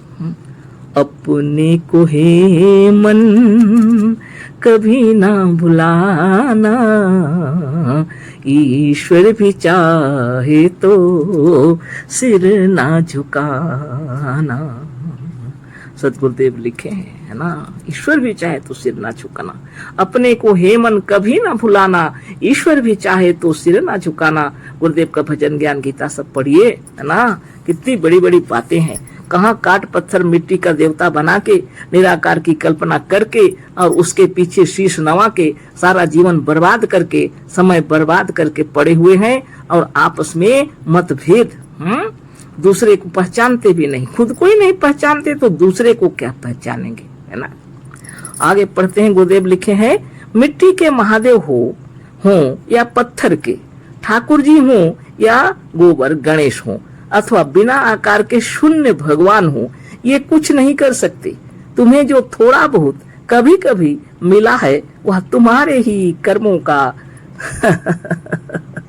कल्पना का, भावना का और विश्वास का फल है। उफ, कितनी बड़ी बात है। हाँ। बाप रे बाप, गुरुदेव नहीं आए होते क्या दशा होती। मिट्टी के महादेव हो या पत्थर के ठाकुर जी हो या गोबर गणेश हो अथवा बिना आकार के शून्य भगवान हो, ये कुछ नहीं कर सकते। तुम्हें जो थोड़ा बहुत कभी कभी मिला है वह तुम्हारे ही कर्मों का फल मिला है ना, कल्पना का, भावना का और विश्वास का फल है। पूर्ण विश्वास तो इन भूतों, प्रेतों और देवताओं पर किसी का नहीं होता। नहीं होता है वास्तव में। पूर्ण विश्वास नहीं होता है वास्तव में, तभी तो इतना काम करते हैं, नहीं तो क्यों करें, घर बैठे बैठे सब नहीं मिल जाता, है ना। आगे लिखते हैं गुरुदेव, इसीलिए सफलता भी पूरी नहीं मिलती, है ना, क्योंकि पूर्ण विश्वास कैसे होगा, असत्य पर कैसे विश्वास होगा। गुरुदेव लिखते हैं, पूर्ण विश्वास तो इन भूतों, प्रेतों और देवताओं पर किसी का नहीं होता, इसीलिए सफलता भी पूरी नहीं मिलती। बात यह है कि काठ, पत्थर और मिट्टी के देवता पर, गोबर के गणेश पर, वृक्ष पर के अदृश्य अरूप और निराकार भूत पर तथा आसमान पर के अदृश्य अरूप अगम्य लापता और निराकार ईश्वर पर लोगों का विश्वास कहाँ तक हो, कैसे हो, कब तक हो, है ना। धन धन सदगुरुदेव शिव मुनि महाराज की जय। सदज्ञान का प्रचार आपसे आप हो रहा है, आत्मदर्शी होने लगे हैं आजकल सभी लोग, है ना, बहुत ज्ञानी हो गए हैं लोग और सोच विचार तर्क करके इस विषय में चिंतन करके आत्मज्ञान होने लगा सबको, है ना। अब उतना नहीं समझते सब चीजों को, है ना, अंधविश्वास सोच लिए सबने, है ना। लोग दूसरों से लड़ने के लिए तो अपने अपने मजहबी देवताओं और ईश्वरों के लिए बड़ा प्रेम दिखाते हैं, पर वास्तव में इनके हृदयों के भीतर भी देवी देवताओं, स्वर्ग और ईश्वर के प्रति पूर्ण विश्वास नहीं होता, जो इनकी झूठी कसमों और अनेक प्रकार के दुराचारों से साफ प्रकट होता है। इस बात को हम अपनी बनाई हुई पुस्तक सत्य सुंदर और स्वतंत्र विचार में खूब विस्तार के साथ लिख चुके हैं, इसलिए यहाँ नहीं लिखते, वो भी हो चुका है, इसी में प्रवचन दिया गया है ना, देख लीजिएगा। तो गुरुदेव की महिमा से आपको इतना ज्ञान हो गया। लोग लड़ते हैं ईश्वर के नाम पर, कोई ईश्वर के नाम पर ही तो लड़ रहे हैं। जितना जो लड़ाई हो रहा है, एक तो धर्म नीति, एक तो राजनीति, है ना, सब इसी से लड़ाइयाँ होती हैं। ये समाज के जितने नियम और कानून मनुष्य ने बनाए हुए हैं, है ना, किसी ईश्वर ने नहीं बनाए, कोई भूत प्रेत भी नहीं बनाया है, कोई देवी देवता भी नहीं बनाया है। ये मनुष्य ने भूत प्रेतों को बनाया, देवी देवताओं को बनाया, तरह तरह के ईश्वरों की रचना कर डाली, संप्रदाय गढ़ लिए, धर्म संप्रदाय बना लिया, मजहब बना के रखा हुआ है। मनुष्य को अनेक नजरों से देखता है। सब गलतियां तो मनुष्य की हैं और कहाँ पर है, अज्ञान अवस्था में। यह ज्ञान नहीं है, अज्ञान है। लोग वर्ण अक्षर पढ़ने सीख गए लेकिन ब्रह्म को नहीं पहचाने। वर्ण अक्षर सीख गए हैं लेकिन अक्षर जो है वास्तव में ब्रह्म है उसको नहीं पढ़ा, पहले वही पढ़ाया जाता था। इस तरह से बातें चल रही हैं। जब तक हम लोग इनमें फंसे होंगे, न जीवन में शांति मिलेगी, न देश में, न दुनिया में, कहीं भी शांति नहीं। गुरुदेव क्यों आए थे? सिर्फ शांति फैले इसलिए आए थे। अगर हमारे मुनिजन भी योग साधन ठीक से करते हैं कि नहीं पता नहीं, औरों को तो मैं क्या बोलूं। हाँ, आगे पढ़ लेते हैं। मनुष्य संप्रदायों, मजहबों और जनता के दबाव से ईश्वर और देवताओं को वचन से मानता हुआ भी पूरे मन से नहीं मानता है। कुछ लोग हैं जो लोग वास्तव में अंधविश्वासी नहीं है, इन समाज वाले क्या कहेंगे, ये लोग अगर हम नहीं मानेंगे तो लोग हम पर माने उंगली उठाएंगे, मेरी मर्यादा नष्ट होगी, ऐसा सोच के भी कुछ लोग मानते हैं। संप्रदाय, मजहब, जात, धर्म ये सब को नहीं मानते हुए मान लेते हैं, माने विवश होकर मान लेते हैं, है ना। बात यह है कि मनुष्यों के भीतर बुद्धि नाम की भी एक चीज है जो बिना अनुभव के निराकार, शून्य, अदृश्य, अरूप, अगम्य और अचिंत ईश्वर को व गोबर के गणेश को नहीं मान सकती। जो सचमुच में बुद्धिमान होते हैं उनके चिंतन शक्ति के अंदर में ये बातें आती हैं, वो विश्वास नहीं करते हैं ये सब चीजों को, लेकिन यही सोचते हैं लोग क्या कहेंगे, है ना। अपनी अपनी आत्मा, अपना आप व अपना जीव निज ज्ञान स्वरूप होने से प्रत्यक्ष है ना। अपनी इच्छा शक्ति, थोड़ा इसको पढ़ देते हैं, यहाँ तो अपने समझ में आ जाएगा, क्योंकि अभी समय ज्यादा हो गया, है ना। अपनी अपनी आत्मा, अपना आप या अपना जीव निज ज्ञान स्वरूप होने से प्रत्यक्ष है। किसी को बताना नहीं पड़ता है हम है या नहीं, हमें मालूम है, आपको खुद मालूम है, इसलिए इसको निज ज्ञान स्वरूप कहते हैं, प्रत्यक्ष है। अपनी इच्छा शक्ति और मनोबल भी प्रत्यक्ष है, क्योंकि बिना इसके लोग प्रत्यक्ष देख रहे हैं कि उनकी एक अंगुली भी नहीं हिलती, अतः आत्मबल, इच्छा शक्ति और मनोबल प्रत्यक्ष है। आत्मज्ञान द्वारा यदि हृदय से भूत प्रेत, देवी देवता और ईश्वर निकाल दिए जाएं, तो सहज में ही अपना आत्मविश्वास पूर्ण रूप से चमक उठेगा और हमारे उच्च से उच्च मनोरथ को पूर्ण कर हमें जीवन मुक्त कर देगा, है ना। जैसे भूतों के विषय में प्रश्न था, वैसा ही इन देवी देवताओं और ईश्वर के विषय में भी प्रश्न होता है। यदि इनके विश्वास से थोड़ा सा भी कुछ मिलता है तो क्यों न विश्वास किया जाए, पर इनकी भी वही दशा है भूतों की तरह। इन पर भी विश्वास करने से पंडित, पुजारी, पादरी लोग हम लोगों को शाप देते, ईश्वर द्वारा दुख दिलाने की धमकी देते और ईश्वर के नाम से ठगते रहते हैं। हमारी अपनी आत्मा, मन और इच्छा की शक्ति कितनी बड़ी है, इसे हम इसी पुस्तक में पहले ही लिख चुके हैं। आत्मा का बल अनंत, अपार और असीम है। यह आत्मा ही सत्य है और बाकी सब इसी की कल्पनाएं हैं, है ना। मन के अंदर में इन भावनाओं को घुसने ही मत दीजिए, बारंबार दृढ़ संकल्प कीजिए, ये आत्मा ब्रह्म है, रचनाकार है, सृष्टि करता है। इसी मन के अंदर में जितने जो घुसे हुए हैं निकाल फेंकिए और स्वस्थ निरोग मन हो जाएगा, तो पूर्ण मनोरथ होंगे, जीवन मुक्त होंगे। हम लोग सदगुरुदेव शिव मुनि महाराज रचित ग्रंथ आत्मबल, मनोबल और इच्छा शक्ति के अंतर्गत अध्याय 11 पर चर्चा कर रहे हैं। आगे पढ़ेंगे, एक शीर्षक दिया हुआ है आत्मा का ऐश्वर्य ना। अब आत्मा के ऐश्वर्य की चर्चा होगी उसी अध्याय 11 के अंतर्गत। जीव कर्ता धर्ता और मालिक होता हुआ भी अपने से अपना ईश्वर बना के उसका दास बन जाता है और अपनी स्वाधीनता नष्ट करके दुखी होता है। यह मनुष्य कैसा है देखिए, है ना। जीव कर्ता धर्ता और मालिक होता हुआ भी अपने से अपना ईश्वर बना के उसका दास बन जाता है, गुलाम बन जाता है और अपनी स्वाधीनता नष्ट करके दुखी होता है। दूसरा कोई दुख नहीं देगा मनुष्य को, वे अपने ही आप अपने को दुख देता है। जहाँ कोई है ही नहीं ऐसा कल्पना करके मालिक बना के और उसका गुलाम बन के बैठा है, सारे नियम कानून बना के, और दुखी होगा नहीं तो क्या होगा, अपनी स्वाधीनता नष्ट करके दुखी होता है। अपना खजाना, गुरुदेव आगे लिखते हैं, अपना खजाना और अपना ऐश्वर्य अपने से अपने काल्पनिक भूत प्रेत, देवी देवता और ईश्वर को सौंपकर स्वयं उनके सामने हाथ जोड़कर भीख मांगता रहता है। कितने आश्चर्य की बात है। मनुष्य स्वयं से अपना खजाना और अपना ऐश्वर्य अपने से अपने काल्पनिक भूत प्रेत, देवी देवता और ईश्वर को सौंपकर स्वयं उनके सामने हाथ जोड़कर भीख मांगता है।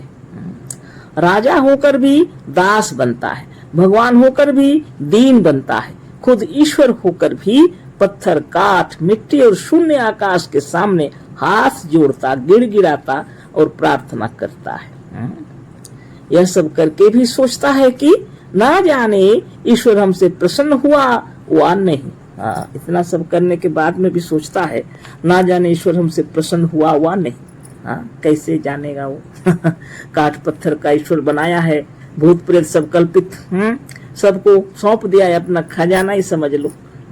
जीवन भर काम करते रहता है, दिन दुखी होकर के, और देते रहता है, उनको खिलाता पिलाता है, स्वयं बना के रखा है ना।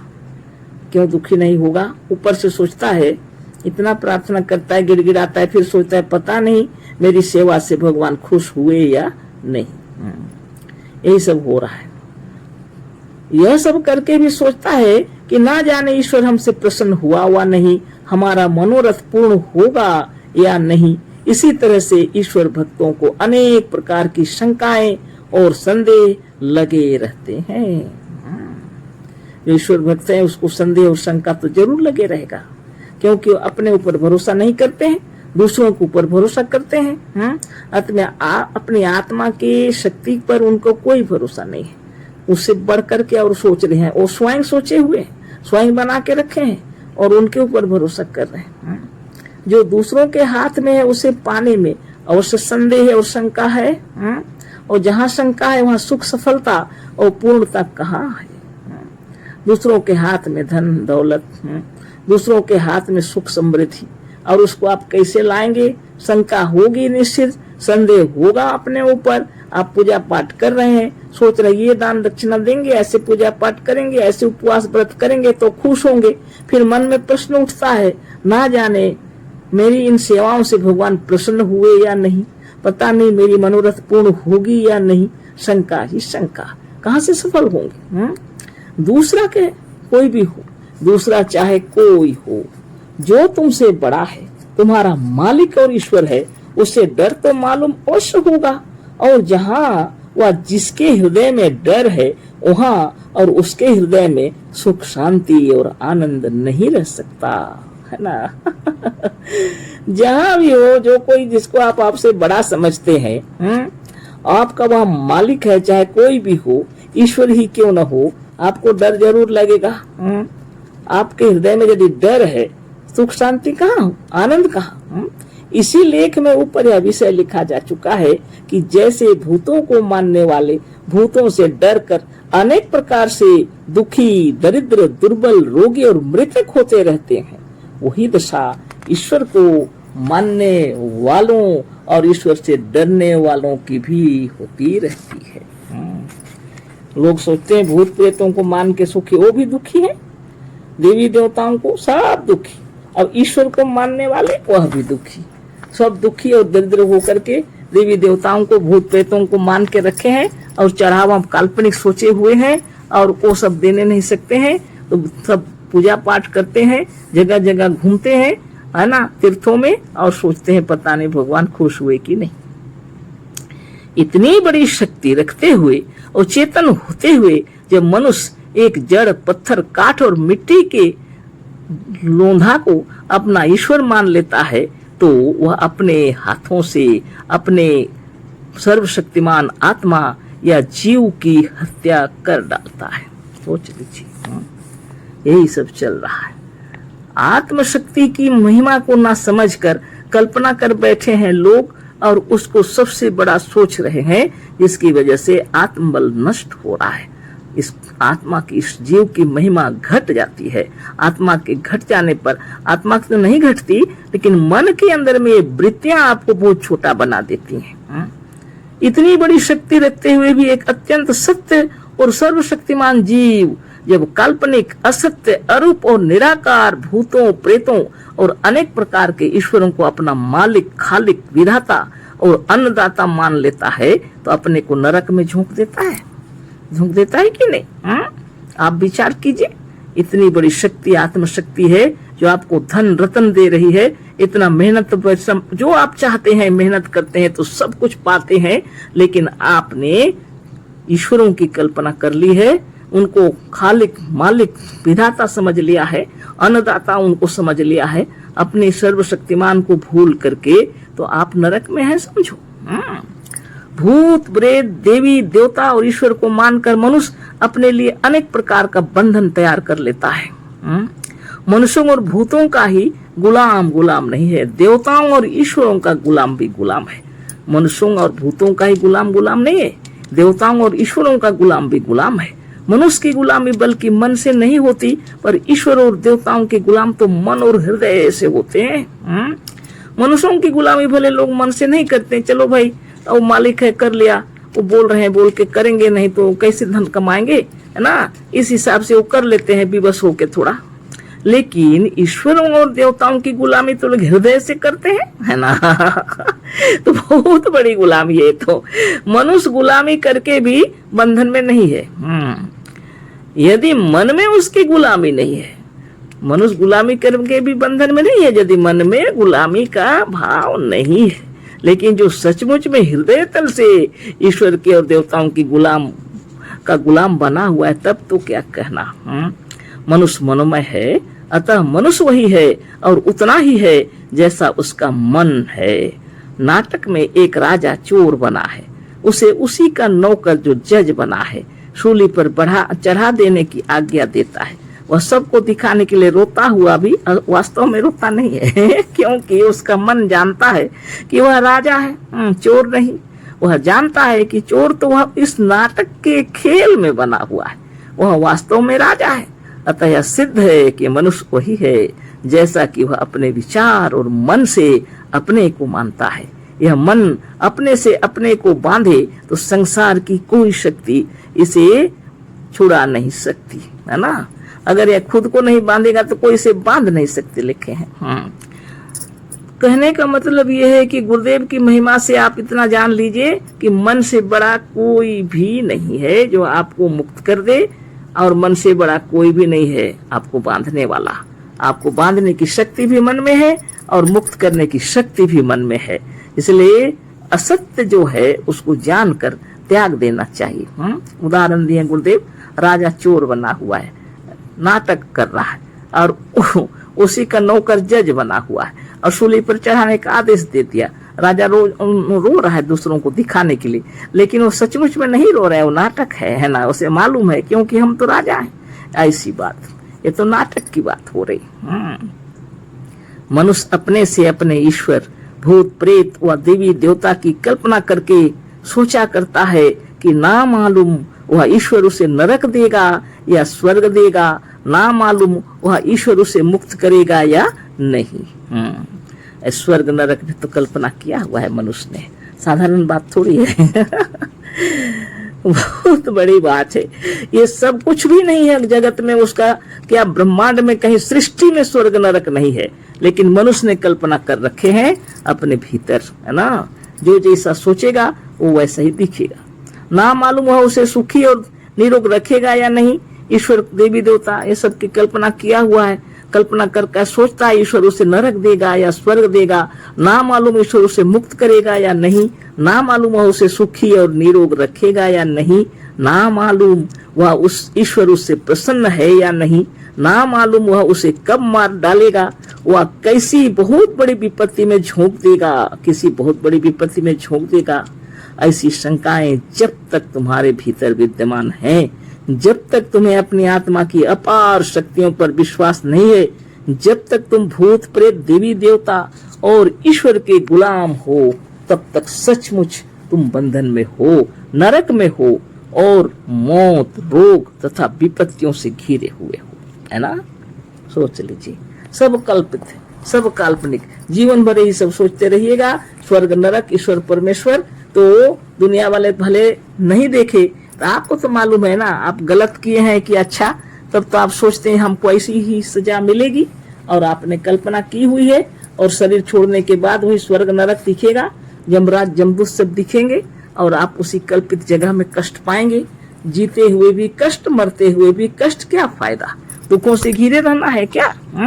ये सारी विपत्तियां खुद ही लेके रखे। आगे लिखते हैं गुरुदेव, इसको पढ़ देते हैं, पूरा कर देते हैं, है ना। भूत प्रेतों देवी देवताओं और ईश्वर का बंधन तुम्हारे मानने से है। आज इनका मानना छोड़ दो तो यह तुम्हारा कुछ नहीं कर सकते। है ही नहीं है तो क्या करेंगे वो, है ना। एक हिंदू यदि ठाकुर की मूर्ति को तोड़े तो डर जाएगा और बीमार पड़ जाएगा, पर एक मुसलमान हजारों मूर्तियों को भी तोड़कर बीमार नहीं पड़ेगा, न डरेगा, क्योंकि उसको मालूम होता है कि हम अच्छा काम कर रहे हैं, है ना। उसको कोई भय नहीं लगेगा, बीमार भी नहीं होगा, डरेगा भी नहीं। उसी प्रकार से एक मुसलमान मस्जिद को तोड़ने से डर जाएगा और बीमार पड़ जाएगा, पर एक हिंदू मस्जिद को तोड़कर न डरेगा और न बीमार पड़ेगा। भावनाओं का प्रभाव है केवल यहाँ पर। हिंदू अगर मस्जिद को तोड़ देगा तो भी नहीं बीमार होगा, डरेगा भी नहीं। मुसलमान अगर मंदिर को तोड़ देगा तो भी बीमार नहीं होगा, डरेगा नहीं। लेकिन मुसलमान यदि मस्जिद को तोड़ेगा तो बीमार पड़ेगा। हिंदू अगर अपने मंदिर को तोड़ेगा तो वो बीमार पड़ेगा। एक मुसलमान खुदा को गाली देकर डर जाता है और संभव है कि डरने के कारण बीमार भी पड़ जाए, पर एक हिंदू खुदा को 1000 गाली देकर भी नहीं डरता है और न बीमार पड़ता है। केवल बातों का फेर, ईश्वर बोलिए खुदा बोलिए है तो एक ही चीज, लेकिन खुदा बोल रहे हैं तो हम मुसलमान हैं, ईश्वर बोल रहे हैं तो हम हिंदू हैं। क्या पागलपन है। यही सब करके तो आज इतना हुआ है ना। अतः यह सिद्ध है कि खुदा और भगवान कुछ नहीं करते, सब अपना मन अपने विश्वास के अनुसार करता है। सब करने वाला मन है, मन ही अपने विश्वास के अनुसार करता है। ना खुदा कुछ करते हैं, ना ईश्वर कुछ करते हैं, ना मंदिर कुछ करता है, ना मस्जिद कुछ करता है। करने वाला हमारा मन है। जब अपना मन ही फल देता है, अपनी आत्मा ही अपने लिए सब कुछ करती है, जब अपने ही कर्मों को भोगना है तो सबको छोड़कर स्वावलंबी, स्वाधीन, स्वतंत्र बनकर मुक्ति का आनंद क्यों न लिया जाए। जब हमारी आत्मा ही काठ, मिट्टी और पत्थर का काल्पनिक भगवान बनाकर अपने कुछ मनोरथों को कुछ अंशों में पूर्ण करने योग्य बना लेती है, जब हमारी आत्मा जड़ को भी चेतन ईश्वर बना देती है, तो हम जो सत्य हैं, जो सचमुच भगवान है, जो चेतन है, जो हमारा अपना आप है, जो हमारा सबसे बढ़कर हितैषी है, जो अपना स्वरूप है, उसी को क्यों न जाने, उसी को क्यों न माने और दृढ़ रहकर पूर्ण सुखी, स्वाधीन, स्वतंत्र, स्वावलंबी और जीवन मुक्त होकर सच्चे आनंद का उपभोग क्यों न करें। सदगुरुदेव शिव मुनि महाराज की जय। आप अपने ईश्वरत्व को याद कीजिए ना, और इन सब भावनाओं को हटा दीजिए जिनका कहीं अस्तित्व ही नहीं है, उसको आप डर रहे हैं। इसलिए योगाभ्यास कीजिए, सब डर भगाइए और मुक्त होकर रहिए, है ना। यहाँ फिर एक शीर्षक दिए हैं गुरुदेव, मन को एक पर करो। आज इसी पर चर्चा होगी। मजहबी, धार्मिक और सांप्रदायिक भक्तों के कहे हुए किस्सों और कथाओं के ऊपर मनुष्य का विश्वास सचमुच नहीं जमता। यह तो सबका स्वभाव अपने आप बता रहा है ना। कैसे जमेगा। मजहबी, धार्मिक और सांप्रदायिक भक्तों के कहे हुए किस्सों और कथाओं के ऊपर मनुष्य का विश्वास सचमुच नहीं जमता। पूर्ण रूप से भरोसा नहीं है, पूर्ण रूप से विश्वास नहीं होता है।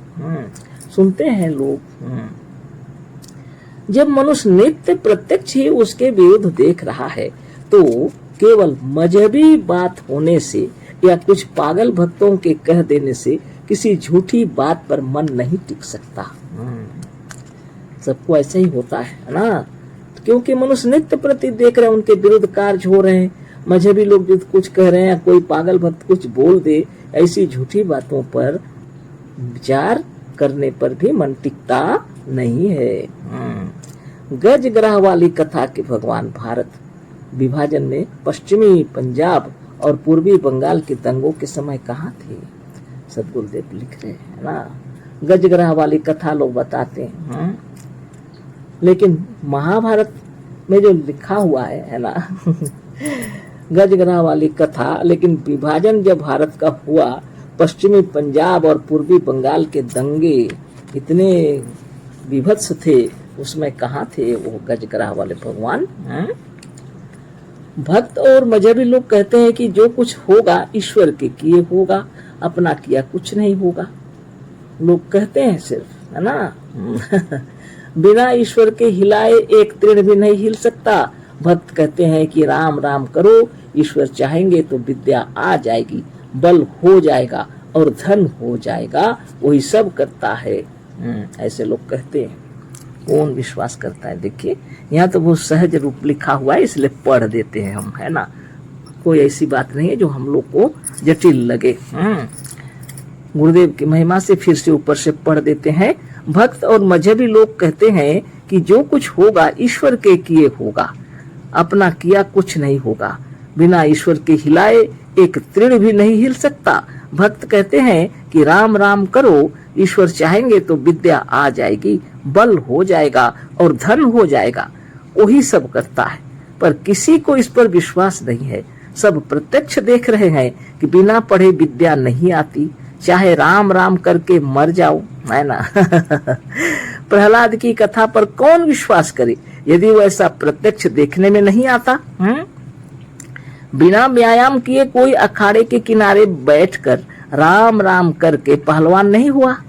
कोई कमाए बिना धनी नहीं हो सकता। अधिक राम राम करने वाले तो भिखमंगे ही देखे जाते हैं।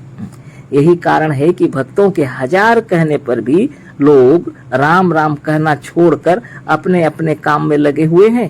कोई किसी दूसरे का काम नहीं कर सकता यदि वह अपना काम स्वयं करे।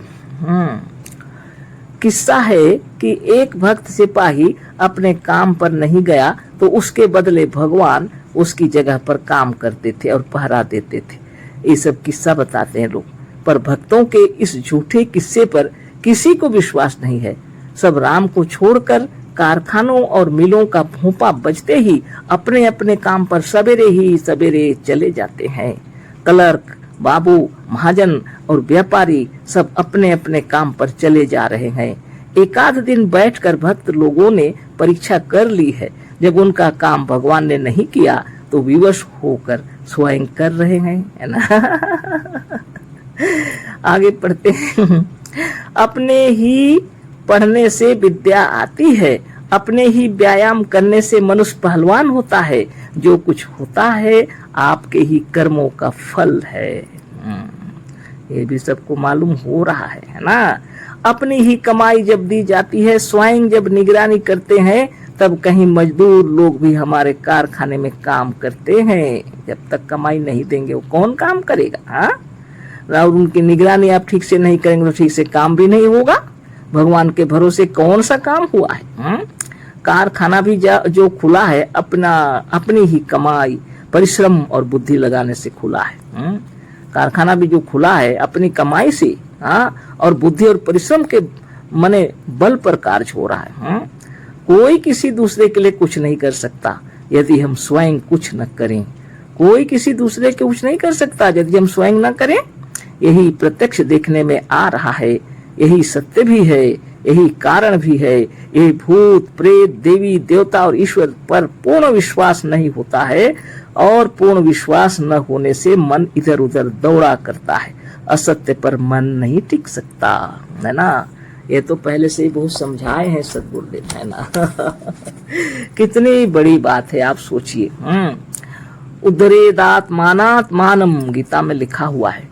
योगेश्वर श्री कृष्ण ने गीता में कहा है, अपने से अपना उद्धार करो। हमें जो कुछ मिलेगा अपने कर्मों से मिलेगा। अपनी भलाई यदि होगी तो अपनी आत्मा से होगी। गीता में भी लिखा है ना।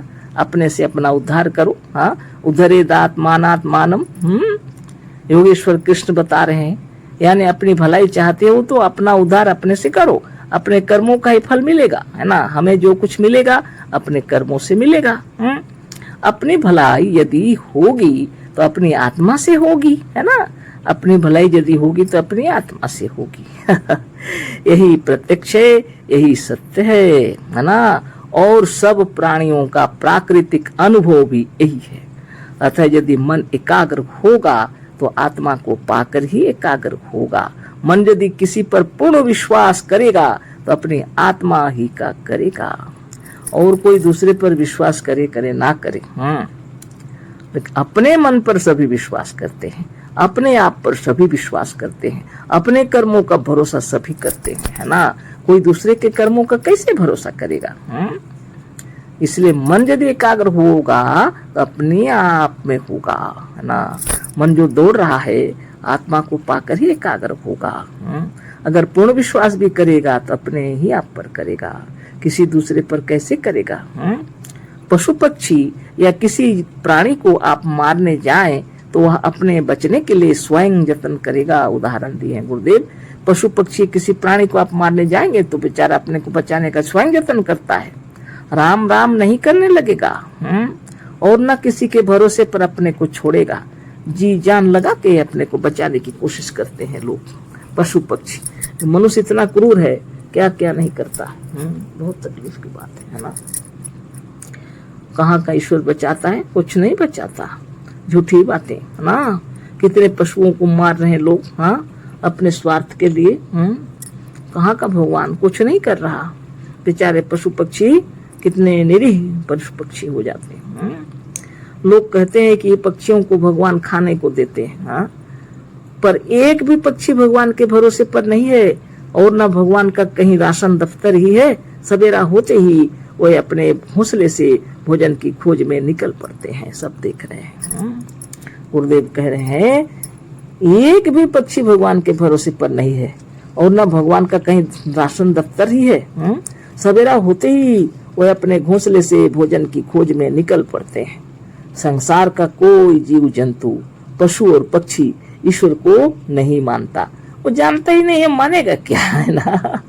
ईश्वर की कल्पना ही नहीं किया है, वो अपने ऊपर भरोसा करता है। जितने जीव जंतु पशु पक्षी हैं सब अपने काम करते हैं। ईश्वर केवल कुछ मनुष्यों की कल्पना है।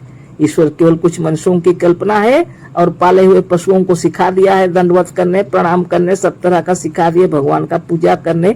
वो सबको देख देख के कुछ लोग करते हैं, ये सब गलत बात है ना। ईश्वर का भरोसा छोड़कर प्राणी मात्र, सारा संसार, यहाँ तक कि मनुष्य भी अपना भरोसा करता है और राम को छोड़कर इधर उधर दौड़ा करता है। हाँ, एक पर नहीं है, दुविधा में है। मन तो एक जगह टिकता नहीं, दुविधा में रहता है। अपने ऊपर भरोसा करता है, काम तो खूब करता है, फिर डरता है कहीं भगवान हमें दंड न दे दे, इसलिए इधर उधर मन दौड़ता है। इसलिए गुरुदेव कहते हैं एकाग्रता होनी चाहिए। आत्मविश्वास ही स्वाभाविक है, प्राकृतिक है और सत्य है। आत्मविश्वास ही स्वाभाविक है, प्राकृतिक है और सत्य है। मन यदि पूर्ण रूप से टिकेगा तो सत्य पर ही टिकेगा। निश्चित रूप से मन यदि टिकेगा तो सत्य पर ही टिकेगा। मन यदि पूर्ण रूप से एकाग्र होगा तो सत्य पर ही होगा। मन यदि विश्वास करेगा तो सत्य का ही करेगा, झूठ का कौन विश्वास करेगा। हाँ, बहुत बड़ी बात है। देखिए कितना कितना उदाहरण गुरुदेव दिए है ना। क्या कोई ऐसा कोई है कि अखाड़ा के सामने बैठकर राम राम करेगा और उतना ही में पहलवान हो जाएगा? हाँ, बिना परिश्रम के राम राम जपते रहेगा और विद्या हो जाएगा, धन हो जाएगा? ऐसा कुछ नहीं होता। बहुत सा उदाहरण दिए गुरुदेव। सब अपने पढ़ने से विद्या आती है, अपने ही व्यायाम करने से मनुष्य पहलवान होता है। जो कुछ होता है आपके ही कर्मों का फल है। अपनी ही कमाई जब दी जाती है, स्वयं जब निगरानी करते हैं, तब कहीं मजदूर लोग भी हमारे कारखाने में काम करते हैं। खेती बाड़ी हो, कारखाना हो, बिजनेस हो, घर द्वार बनाना हो, कहीं कुछ काम करना हो, जो भी काम करना हो, अकेले नहीं होता तो मजदूर लगाएंगे तो आपको पैसा देना पड़ेगा। बिना कमाई का कौन करेगा? और आप अपनी कमाई देंगे तब काम होगा। कहाँ का ईश्वर काम कर देता है? कुछ नहीं, है ना। लोगों को झूठी धकोसला में रखे हुए हैं, हाँ, और बस उसी पर चर्चा करते रहते हैं झूठ मूठ का। वो स्वयं भी नहीं जानते, है ना। इसलिए आप अपने आत्मा पर विचार कीजिए। सदगुरुदेव क्या कह रहे हैं? इसमें शीर्षक ही दिए है, मन को एक पर करो, है ना। मन को एकाग्र करो, बिल्कुल ध्यान मगन होकर नित्य दिन सुबह सवेरे जग जाना चाहिए। सोच से निवृत्त होकर के एकाग्र चित्त से प्रणव और शुभ भावना के बाद चक्रभेदन सब कर लेना चाहिए, और फिर मंत्रों का उच्चारण करते हुए ध्यान मगन हो जाना चाहिए, है ना। फिर उसके बाद सब शुभ कामनाओं के साथ आशीर्वाद लेकर के अपनी आत्मा से और आशीर्वाद प्रकाश कर देना चाहिए चारों तरफ भी, और काम में लग जाना चाहिए। क्या दूसरे कोई कर देंगे? कोई नहीं करेंगे। अपने घर द्वार का देखभाल आपको स्वयं करना है। अपने माता पिता, भाई बहन, अपने बच्चों को देखभाल करना पड़ता है, अड़ोसी पड़ोसी मित्र बंधु बांधव जो हैं उनसे अच्छा व्यवहार करना पड़ता है। कोई आपके बदले कुछ काम नहीं कर देगा। इसलिए शरीर को स्वस्थ और निर्मल बनाने के लिए नित्य दिन योगाभ्यास करना चाहिए, है ना। कर्म क्षेत्र में उतरना होगा तो शरीर स्वस्थ रहना चाहिए, मन प्रफुल्लित रहना चाहिए, तब जाके आप काम कर सकते हैं उत्साह से, है ना। इसीलिए एकाग्रचित से ध्यान करके काम कीजिए। कहीं का देवी देवता ना ईश्वर प्रेत भूत प्रेत कुछ काम के नहीं है, ईश्वर भी नहीं, कुछ भी नहीं, सब अपने आत्मविश्वास से काम कीजिए, है ना। तो बहुत बड़ी बात है। तो यहाँ एक शीर्षक दिए हैं, भूत प्रेत आदि असत्य है ना। तो भूत प्रेत के विषय में तो पहले भी बता रहे हैं, लेकिन बारंबार ही बता रहे हैं। भूत प्रेत देवी देवता या ईश्वर कोई भी हो, आत्मा को छोड़कर किसी अन्य को मानने वालों का मन कभी एक पर नहीं रह सकता, क्योंकि भूत प्रेत देवी देवता और ईश्वर सब असत्य हैं, है ना।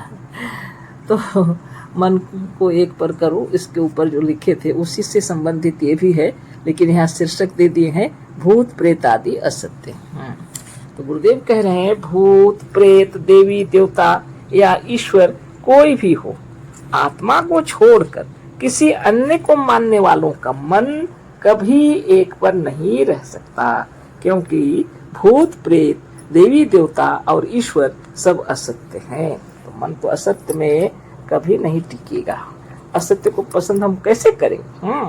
इसलिए मन एकाग्र नहीं होगा, है ना।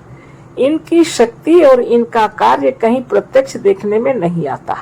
कोई भूत प्रेत देवी देवता कोई शक्ति कोई प्रत्यक्ष में, या ईश्वर, ये सब असत्य है, इनका कोई शक्ति प्रत्यक्ष में देखने में नहीं आता। इनसे जो थोड़ा बहुत किसी को कुछ मिला है वह भी अपने ही आत्मा के विश्वास का फल है, इनका दिया हुआ नहीं है। सृष्टि भी ईश्वर की बनाई हुई नहीं है। सृष्टि कैसे उत्पन्न हुई, इसे जानने के लिए हमारी बनाई हुई पुस्तक सृष्टि विज्ञान शास्त्र देखिए। अभी तो यहाँ पर नहीं है, इस विषय में किताब में अलग से पढ़ना पड़ेगा, है ना। गोरखपुर से मंगा के आप पढ़ सकते हैं, है ना, सृष्टि विज्ञान शास्त्र। उसमें गुरुदेव बढ़िया से लिख दिए हैं। तो ये सृष्टि भी ईश्वर ने नहीं बनाई है ना। और ये भूत प्रेत देवी देवता ईश्वर ये सब काल्पनिक है, और इनका कोई कार्य भी, इनका कोई प्रत्यक्ष नहीं दिखा जाए, इनकी शक्ति नहीं दिखाई पड़ती है ना। ये सब मनो मस्तिष्क के उपज है, और यदि कोई चीज दिखा है थोड़ा थोड़ा फायदा, तो अपने मन के विश्वास और अपने मन के आत्मविश्वास के भरोसे। आगे गुरुदेव लिखते हैं, ईश्वर भूत प्रेत देवी देवता सब असत्य और कल्पना मात्र है ना। तो बारंबार हम लोग को समझा रहे हैं गुरुदेव कि जितने प्रकार के भूत प्रेत देवी देवता ईश्वर ये सब जो है सब असत्य है और काल्पनिक है, कल्पना मात्र है। जो प्रत्यक्ष नहीं है वह असत्य है, जिसे आप सामने देख नहीं सकते वही असत्य है। उन पर मन पूर्ण रूप से नहीं टिकता, किंतु उनके मानने से मन दुविधा में पड़ जाता है और अपने आत्म शक्ति पर भी पूर्ण रूप से दृढ़ और एकाग्र नहीं होता। वास्तव में ये प्रत्यक्ष नहीं है, दिखाई नहीं पड़ते और इस पर मन पूर्ण रूप से टिकता भी नहीं है। लेकिन यदि भूत प्रेत का अस्तित्व मानते हैं, देवी देवता ईश्वर सबके अस्तित्व मानते हैं आप, जिनका कोई अस्तित्व ही नहीं है, तो मन क्या करेगा? दुविधा में पड़ जाएगा और अपने आत्म शक्ति पर पूर्ण रूप से दृढ़ विश्वास और एकाग्र भी नहीं होगा, मन भटकने लगेगा, है ना। अतः जब ये भूत प्रेत देवी देवता और ईश्वर आदि असत्य हैं, तो इस पर मन पूर्ण रूप से एकाग्र नहीं हो सकता, ना इन पर किसी का पूर्ण विश्वास ही जमता है। कैसे जमेगा? और ना सचमुच पूर्ण रूप से कोई इनका विश्वास करता है, और ना ये सचमुच कुछ कर सकते हैं। अतः इनको शीघ्र छोड़ देना ही श्रेयस्कर है ना। ये सबको बहुत लोग सोचते हैं कौन फर्क पड़ता है ना। इधर योग साधन भी करते रहो और इधर ईश्वर का और भूत प्रेत का देवी देवता का भी पूजा पाठ करते रहो। ऐसे नहीं होता। बिना एकाग्र चित्त से, है ना, आप स्वरूपस्थ नहीं होंगे, है ना। मन जब बाहर भटकता रहेगा बाहर में, तो उसको कहते हैं भोग में भटक रहा है बाहर, है ना। और जब भीतर जब तक नहीं आएंगे योग नहीं होगा, और भीतर जब आएंगे और मन में ये वृत्तियां रहेंगी तो योग नहीं है ना, वह तो भटकाव ही है। मन की वृत्तियों के अंदर ये जो भूत प्रेत देवी देवता ये सब के विषय में अगर विचार विमर्श होता रहेगा तो आप आत्मस्थ स्वरूपस्थ नहीं हो सकेंगे, है ना। इसीलिए गुरुदेव बार बार हम लोग को बता रहे हैं, इन लोग को शीघ्र से छोड़ दीजिए, मनोमस्तिष्क से निकाल दीजिए, तब जाके आपका मन अपने आप में दृढ़ होगा, है ना। जब तक सत्य पर नहीं आवेंगे तब तक मन इधर उधर भटकना नहीं छोड़ेगा, है ना। पहली बात तो यह है कि आपको सत्य को जानना चाहिए। जो सत्य है वह भूतकाल में भी था, वर्तमान में भी है और भविष्य में भी रहेगा। जो असत्य है कुछ देर पहले किसी ने देखा, आप गए तो गायब हो गया, है ना। फिर कोई जगह कहीं दिखा, ये झूठी बातें हैं, मन की कल्पना। जो रहेगा तो हमेशा रहेगा, है ना। और आत्मा से बढ़कर कोई सत्य नहीं है, ये आत्मा ही सत्य है। इसी की सत्यता के कारण इसकी कल्पना या विश्व ब्रह्मांड भी सत्य भाषित होता है। जब हम लोग स्थूल जगत में रहते हैं, हमारी स्थूल कल्पना में यह विश्व जगत भाषित होता है। जब स्वप्न की दुनिया में होते हैं तो मनोमय संसार में होते हैं, वह दुनिया सत्य होती है। जहाँ आप होते हैं वह दुनिया सत्य होती है। शरीर छोड़ करके निकल जाएंगे जब, तो आत्मलोक में रहेंगे, है ना। वहां भी हमारे रहने से वह लोक भी सत्य हो जाता है। न कहीं स्वर्ग, न नरक, न जमराज, न जमदूत, कोई नहीं है। मन की सब कल्पना है। अगर आप आत्मलोकी होंगे तो यदि योग साधन करते हैं तो आपको कोई परेशान नहीं करेगा। ना कोई जमराज, ना जमदूत, ना कोई स्वर्ग, ना नरक, ना कोई ईश्वर, ना देवी देवता, ना भूत प्रेत, कोई आपको परेशान नहीं करेंगे, है ना। आप मस्त आनंद से रहेंगे, है ना। तो सदगुरु के महिमा से इतना ज्ञान हो गया, इसीलिए हम लोग आनंद मगन रहते। और पढ़ते हैं फिर से, जब तक सत्य पर नहीं आओगे तब तक मन इधर उधर भटकना नहीं छोड़ेगा। अपने पुराने मित्र और हितैषी को देखकर भी लोग रुक जाते हैं स्वभावतः। अपने पुराने मित्र को या अपने कोई हितैषी शुभचिंतक को देखकर हम लोग रुक जाते हैं। हमारे मन का सबसे पुराना मित्र और सबसे अधिक सच्चा हितैषी हमारा जीव है, हमारी आत्मा है ना। हमारा जो मन है इसका पुराना मित्र जो है सबसे अधिक, सबसे सच्चा हितैषी है हमारा जीव, है ना। हमारी आत्मा, है ना। आत्मा मन जीव सब एक ही है। अतः मन यदि सचमुच एकाग्र होकर भटकना छोड़ेगा तो केवल आत्मा को पाकर, आत्मा यानी प्राण, मन ध्यान अगर प्राण का करते होंगे तो आपका मन एकाग्र हो जाता है। प्राण को श्वास का ध्यान करते करते मन एकाग्र हो जाता है। मन और प्राण एकाग्र हो जाते हैं तो आप स्वरूपस्थ हो जाते हैं, है ना। पुराने और सच्चे मित्र का विश्वास भी अधिक होता है। अतः मन यदि किसी एक के विश्वास पर अटल और दृढ़ होगा तो वह उसकी अपनी आत्मा है ना। सदगुरुदेव शिव मुनि महाराज की जय। सदगुरुदेव की महिमा से इतना मालूम हुआ कि कहीं देवी देवता भूत प्रेत ईश्वर ये सब कहीं नहीं है। इनका कोई अस्तित्व किसी जगह किसी नगरी में नहीं है। सब मन की उपज है। और जो लोग वो सबको मानते हैं वो लोग के भीतर ये सब की भावना बनी रहती है। एक भूत भगाते हैं तो दूसरा भूत पकड़ लेता है। बीमारी छूटती नहीं है बिना पूजा पाठ किए, बिना ओझा सोखा का मंत्र जाप किए, है ना। इस तरह से बीमार लोग फंसे हुए हैं चक्रव्यूह में, है ना। ईश्वर की भावना भी ऐसी ही है। ईश्वर को लेकर के इतना दंगा फसाद हो रहा है। ईश्वर का अनेक नाम करके, कोई खुदा, कोई गॉड, कोई परमेश्वर, कोई ईश्वर बोल बोल के और लोगों को अलग अलग देखते हैं, है ना। सबसे गलत यही है। ये ईश्वर ये जो है ना, आत्मा को छोड़ करके जो कल्पना किए हुए हैं उसी से संप्रदाय गढ़ा हुआ है। हाँ, जात भेद धर्म भेद सब का कारण वही है ना।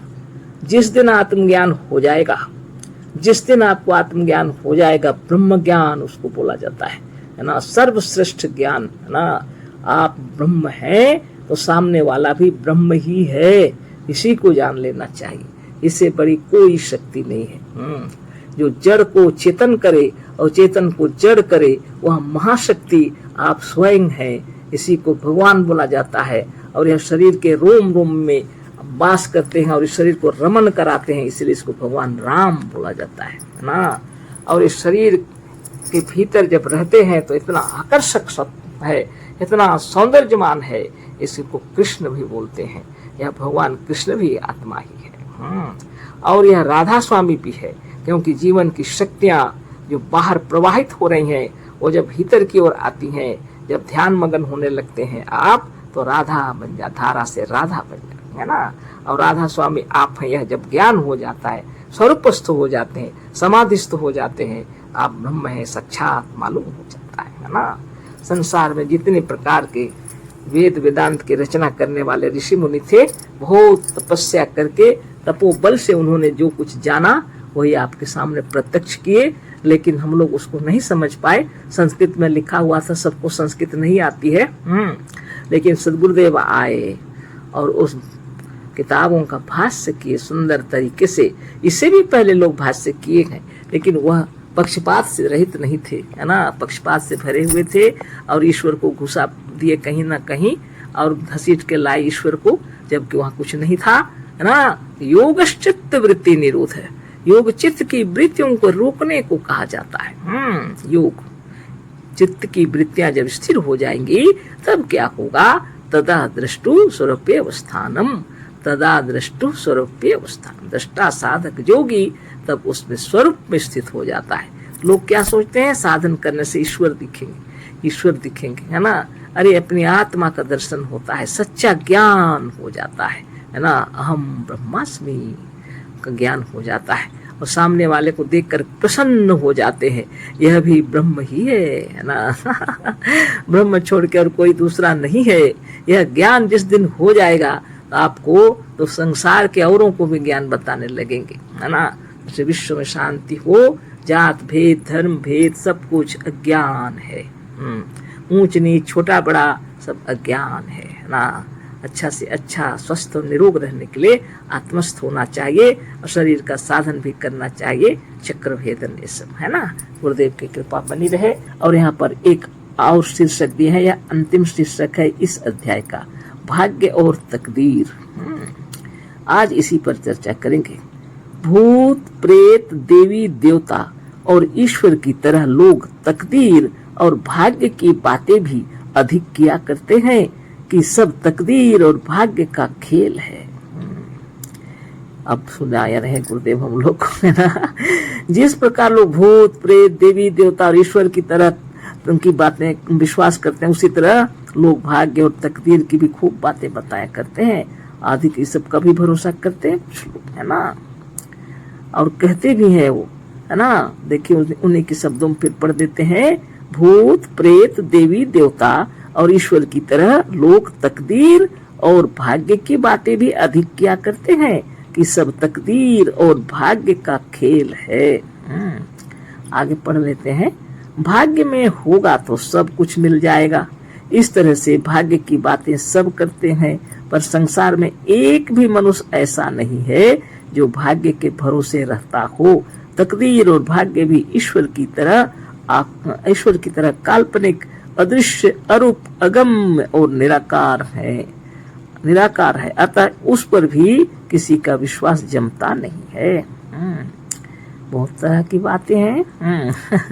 अपने कर्मों का फल प्रत्यक्ष देखकर बचपन से भाग्य करते हुए भी भाग्य का भरोसा छोड़कर लोग दौड़ते फिरते हैं। बात यह है कि अपने कर्मों का फल तो प्रत्यक्ष है, पर ईश्वर और भाग्य का प्रभाव केवल किताबों में लिखा है। अतः ऐसी काल्पनिक वस्तु पर किसी का विश्वास नहीं होता। लोग क्या कहते हैं, सब भाग्य और तकदीर का खेल है, भाग्य में होगा तो सब कुछ मिल जाएगा, इस तरह से लोग बताते हैं, है ना। और संसार के बहुत से लोग इस पर थोड़ा थोड़ा विचार भी करते हैं, सोचते भी हैं शायद मेरा नसीब ही ऐसा है, शायद मेरा तकदीर ही खराब है। तो गुरुदेव इन बातों को निकाल देना चाहते हैं। आपके नसीब, आपके भाग्य, आपके तकदीर के बनाने वाले आप स्वयं है ना। गुरुदेव की बातों को ध्यान से सुना जाए।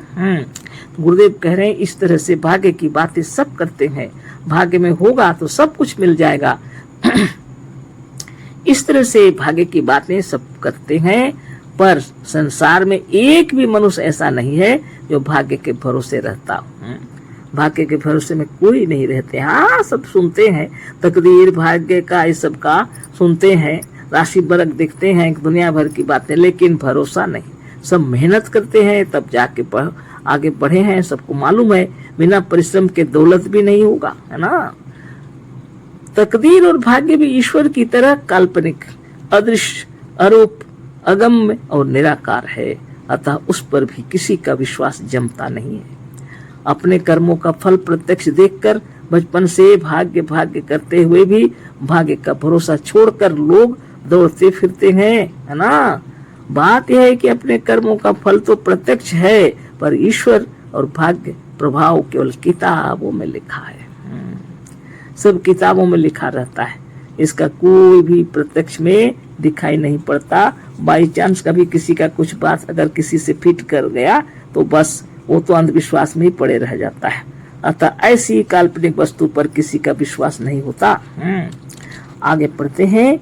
ईश्वर और भाग्य के मानने वाले वचन से तो यही कहा करते हैं, है ना, कहा करते हैं कि बिना ईश्वर की और भाग्य के हटाए, है ना, बिना ईश्वर और भाग्य के हटाए एक तीर्ण भी नहीं हट सकता। जो कुछ होता है ईश्वर और भाग्य के किए होता है। ईश्वर चाहे तो विष भी अमृत हो जाए।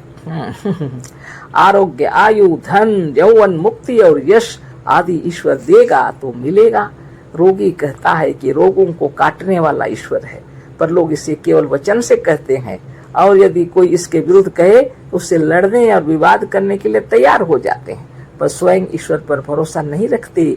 रोगी होने पर वैद्य, डॉक्टर, हकीम, ओझा, सोखा, देवी देवता, भूत और प्रेत सभी के पास दौड़ते हैं, है ना। कौन बैठे रहता है ईश्वर के भरोसे? कोई नहीं। इतना पूजा पाठ कर रहे हैं तो हमारे घर में तो ठाकुर जी को रखे ही हैं तो देखभाल करेंगे, कौन सोचता है। सब डॉक्टर के पास दौड़ते हैं, वैद्य, हकीम, ओझा, सोखा भी बुलाते हैं अपने तरीके से। आगे लिखते हैं गुरुदेव, ईश्वर चाहे काल्पनिक ही क्यों न हो, यदि इस काल्पनिक ईश्वर पर भी दृढ़ विश्वास किया जाए, यदि इस काल्पनिक ईश्वर अथवा किसी देवी देवता पर भी सचमुच मन एकाग्र किया जाए तो पूर्ण नहीं पर कुछ न कुछ सफलता अवश्य मिल सकती है। लेकिन मनुष्य अपने प्रयत्न और आत्मविश्वास को सर्वथा नहीं छोड़ सकता। कोई भी ईश्वर, देवी देवता और भाग्य के बिल्कुल भरोसे नहीं रह सकता। गुरुदेव कह रहे हैं चाहे काल्पनिक ईश्वर ही क्यों न हो, है ना, लेकिन दृढ़ विश्वास अगर उस पर, देवी देवता पर, ईश्वर पर किया जाए, थोड़ा थोड़ा से सफलता मिल सकती। लेकिन कौन विश्वास करता है? कोई नहीं। कौन बैठे रहेगा ईश्वर के भरोसे, देवी देवता के भरोसे? कोई बच्चों को ऐसे ही छोड़ देगा? पढ़ाएगा लिखाएगा ना वो लोग को, अरे भगवान तो पढ़ा देंगे, कौन बड़ी बात है। तब तो फिर इतना बच्चों को ट्यूशन क्यों पढ़ाते हैं, स्कूल क्यों भेजते हैं, है ना। बिना पढ़ाए कुछ नहीं होगा, बिना पढ़े भी कुछ नहीं होगा। सब ईश्वर की कृपा से कुछ नहीं होता है। ईश्वर की कृपा केवल बोली जाती है, बोलने में। लेकिन मनुष्य अपने प्रयत्न और आत्मविश्वास को सर्वथा नहीं छोड़ सकता। बच्चों को अच्छा बनाना है तो माँ बाप उसके पीछे लगे रहते हैं। भविष्य में वो लोग कोई परेशानी ना हो इसलिए खूब पढ़ाया जाता है। हो सके तो उनके तरीके से उनको पैसे कमाने का कोई हुनर मिल जाए, है ना, तरह तरह की बातें। कोई भी ईश्वर, देवी देवता और भाग्य के बिल्कुल भरोसे नहीं रह सकता। कैसे रहेगा? वचन से कहते हैं कि जब ईश्वर देगा तभी धन होगा, पर धन के लिए नित्य झूठ बोलते, जाल फरेब और बेईमानी करते मनुष्य का स्वभाव है कि वह अपने लिए अपने बुद्धि के अनुसार अवश्य जतन करेगा।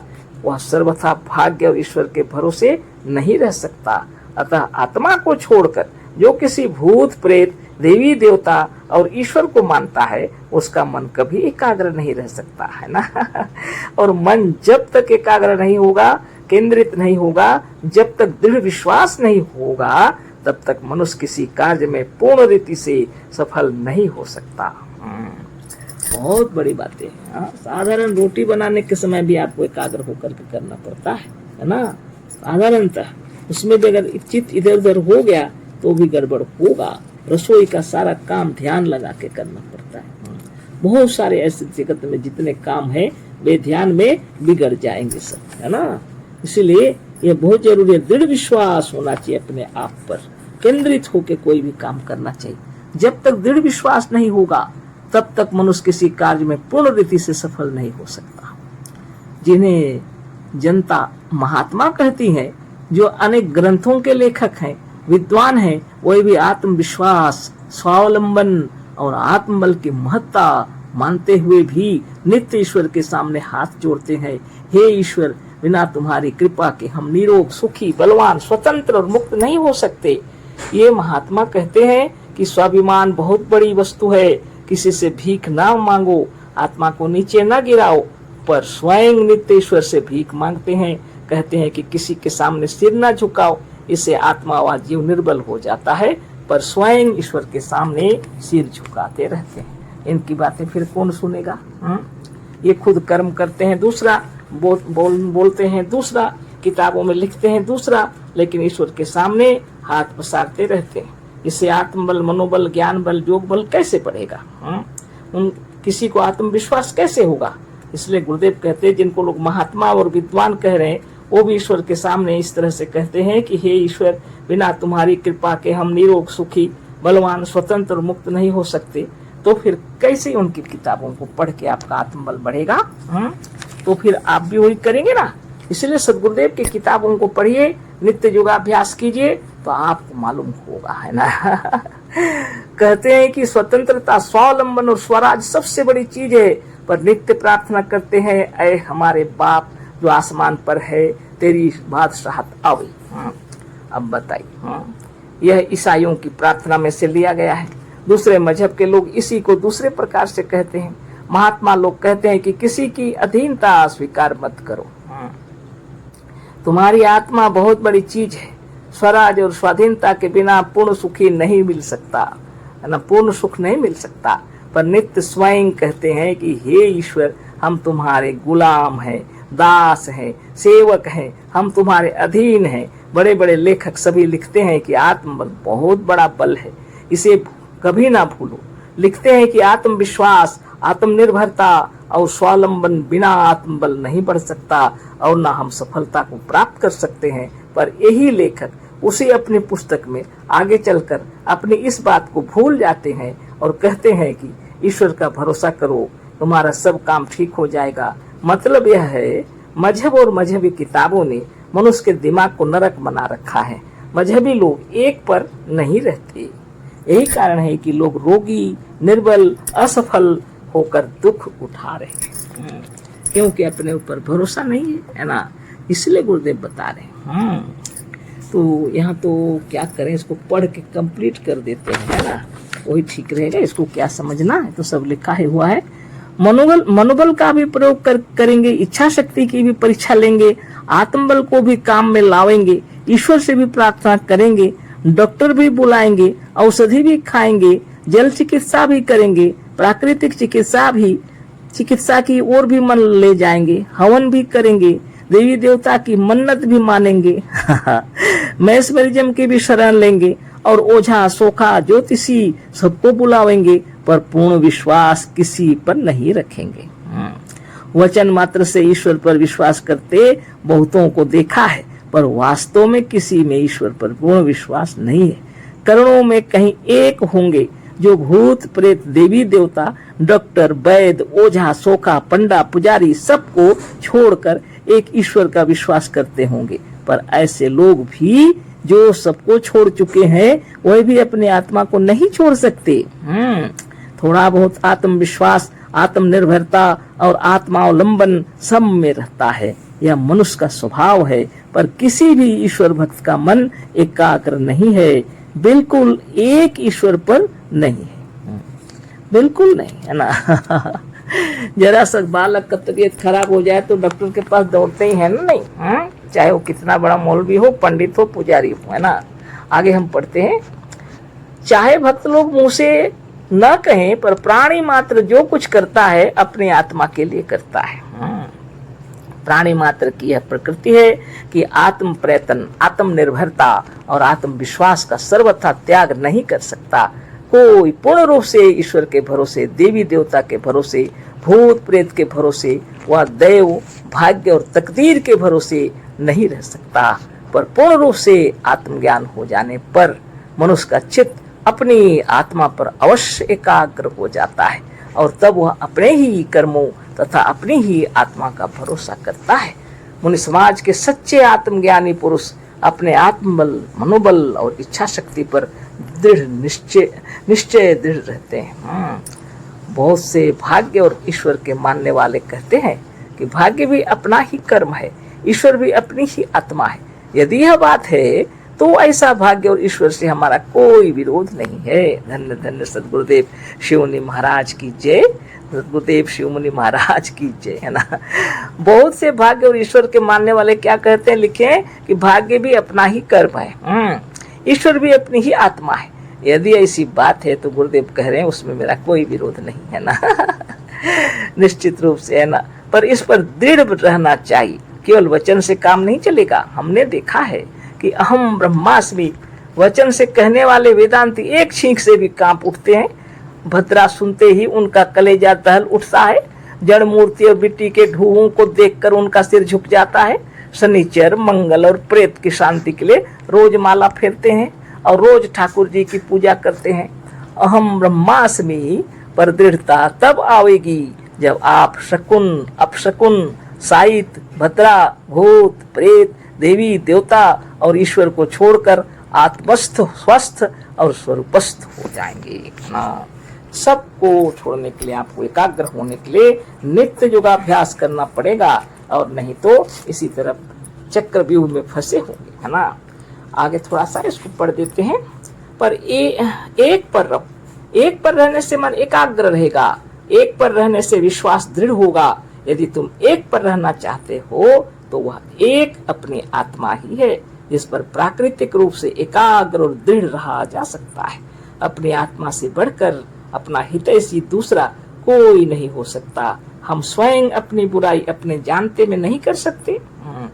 हमें अपने बल, अपनी विद्या, अपने धन और अपने अधिकारों का जितना विश्वास होगा उतना दूसरों का नहीं हो सकता। अतः अपने पर व अपने आत्मबल पर पूर्ण विश्वास, पूर्ण भरोसा सबसे सरल और स्वाभाविक है। इच्छा शक्ति, मनोबल और आत्मबल से बढ़कर इस विश्व ब्रह्मांड भर में कोई दूसरा बल नहीं है। इसे हम इस पुस्तक में सिद्ध कर चुके हैं।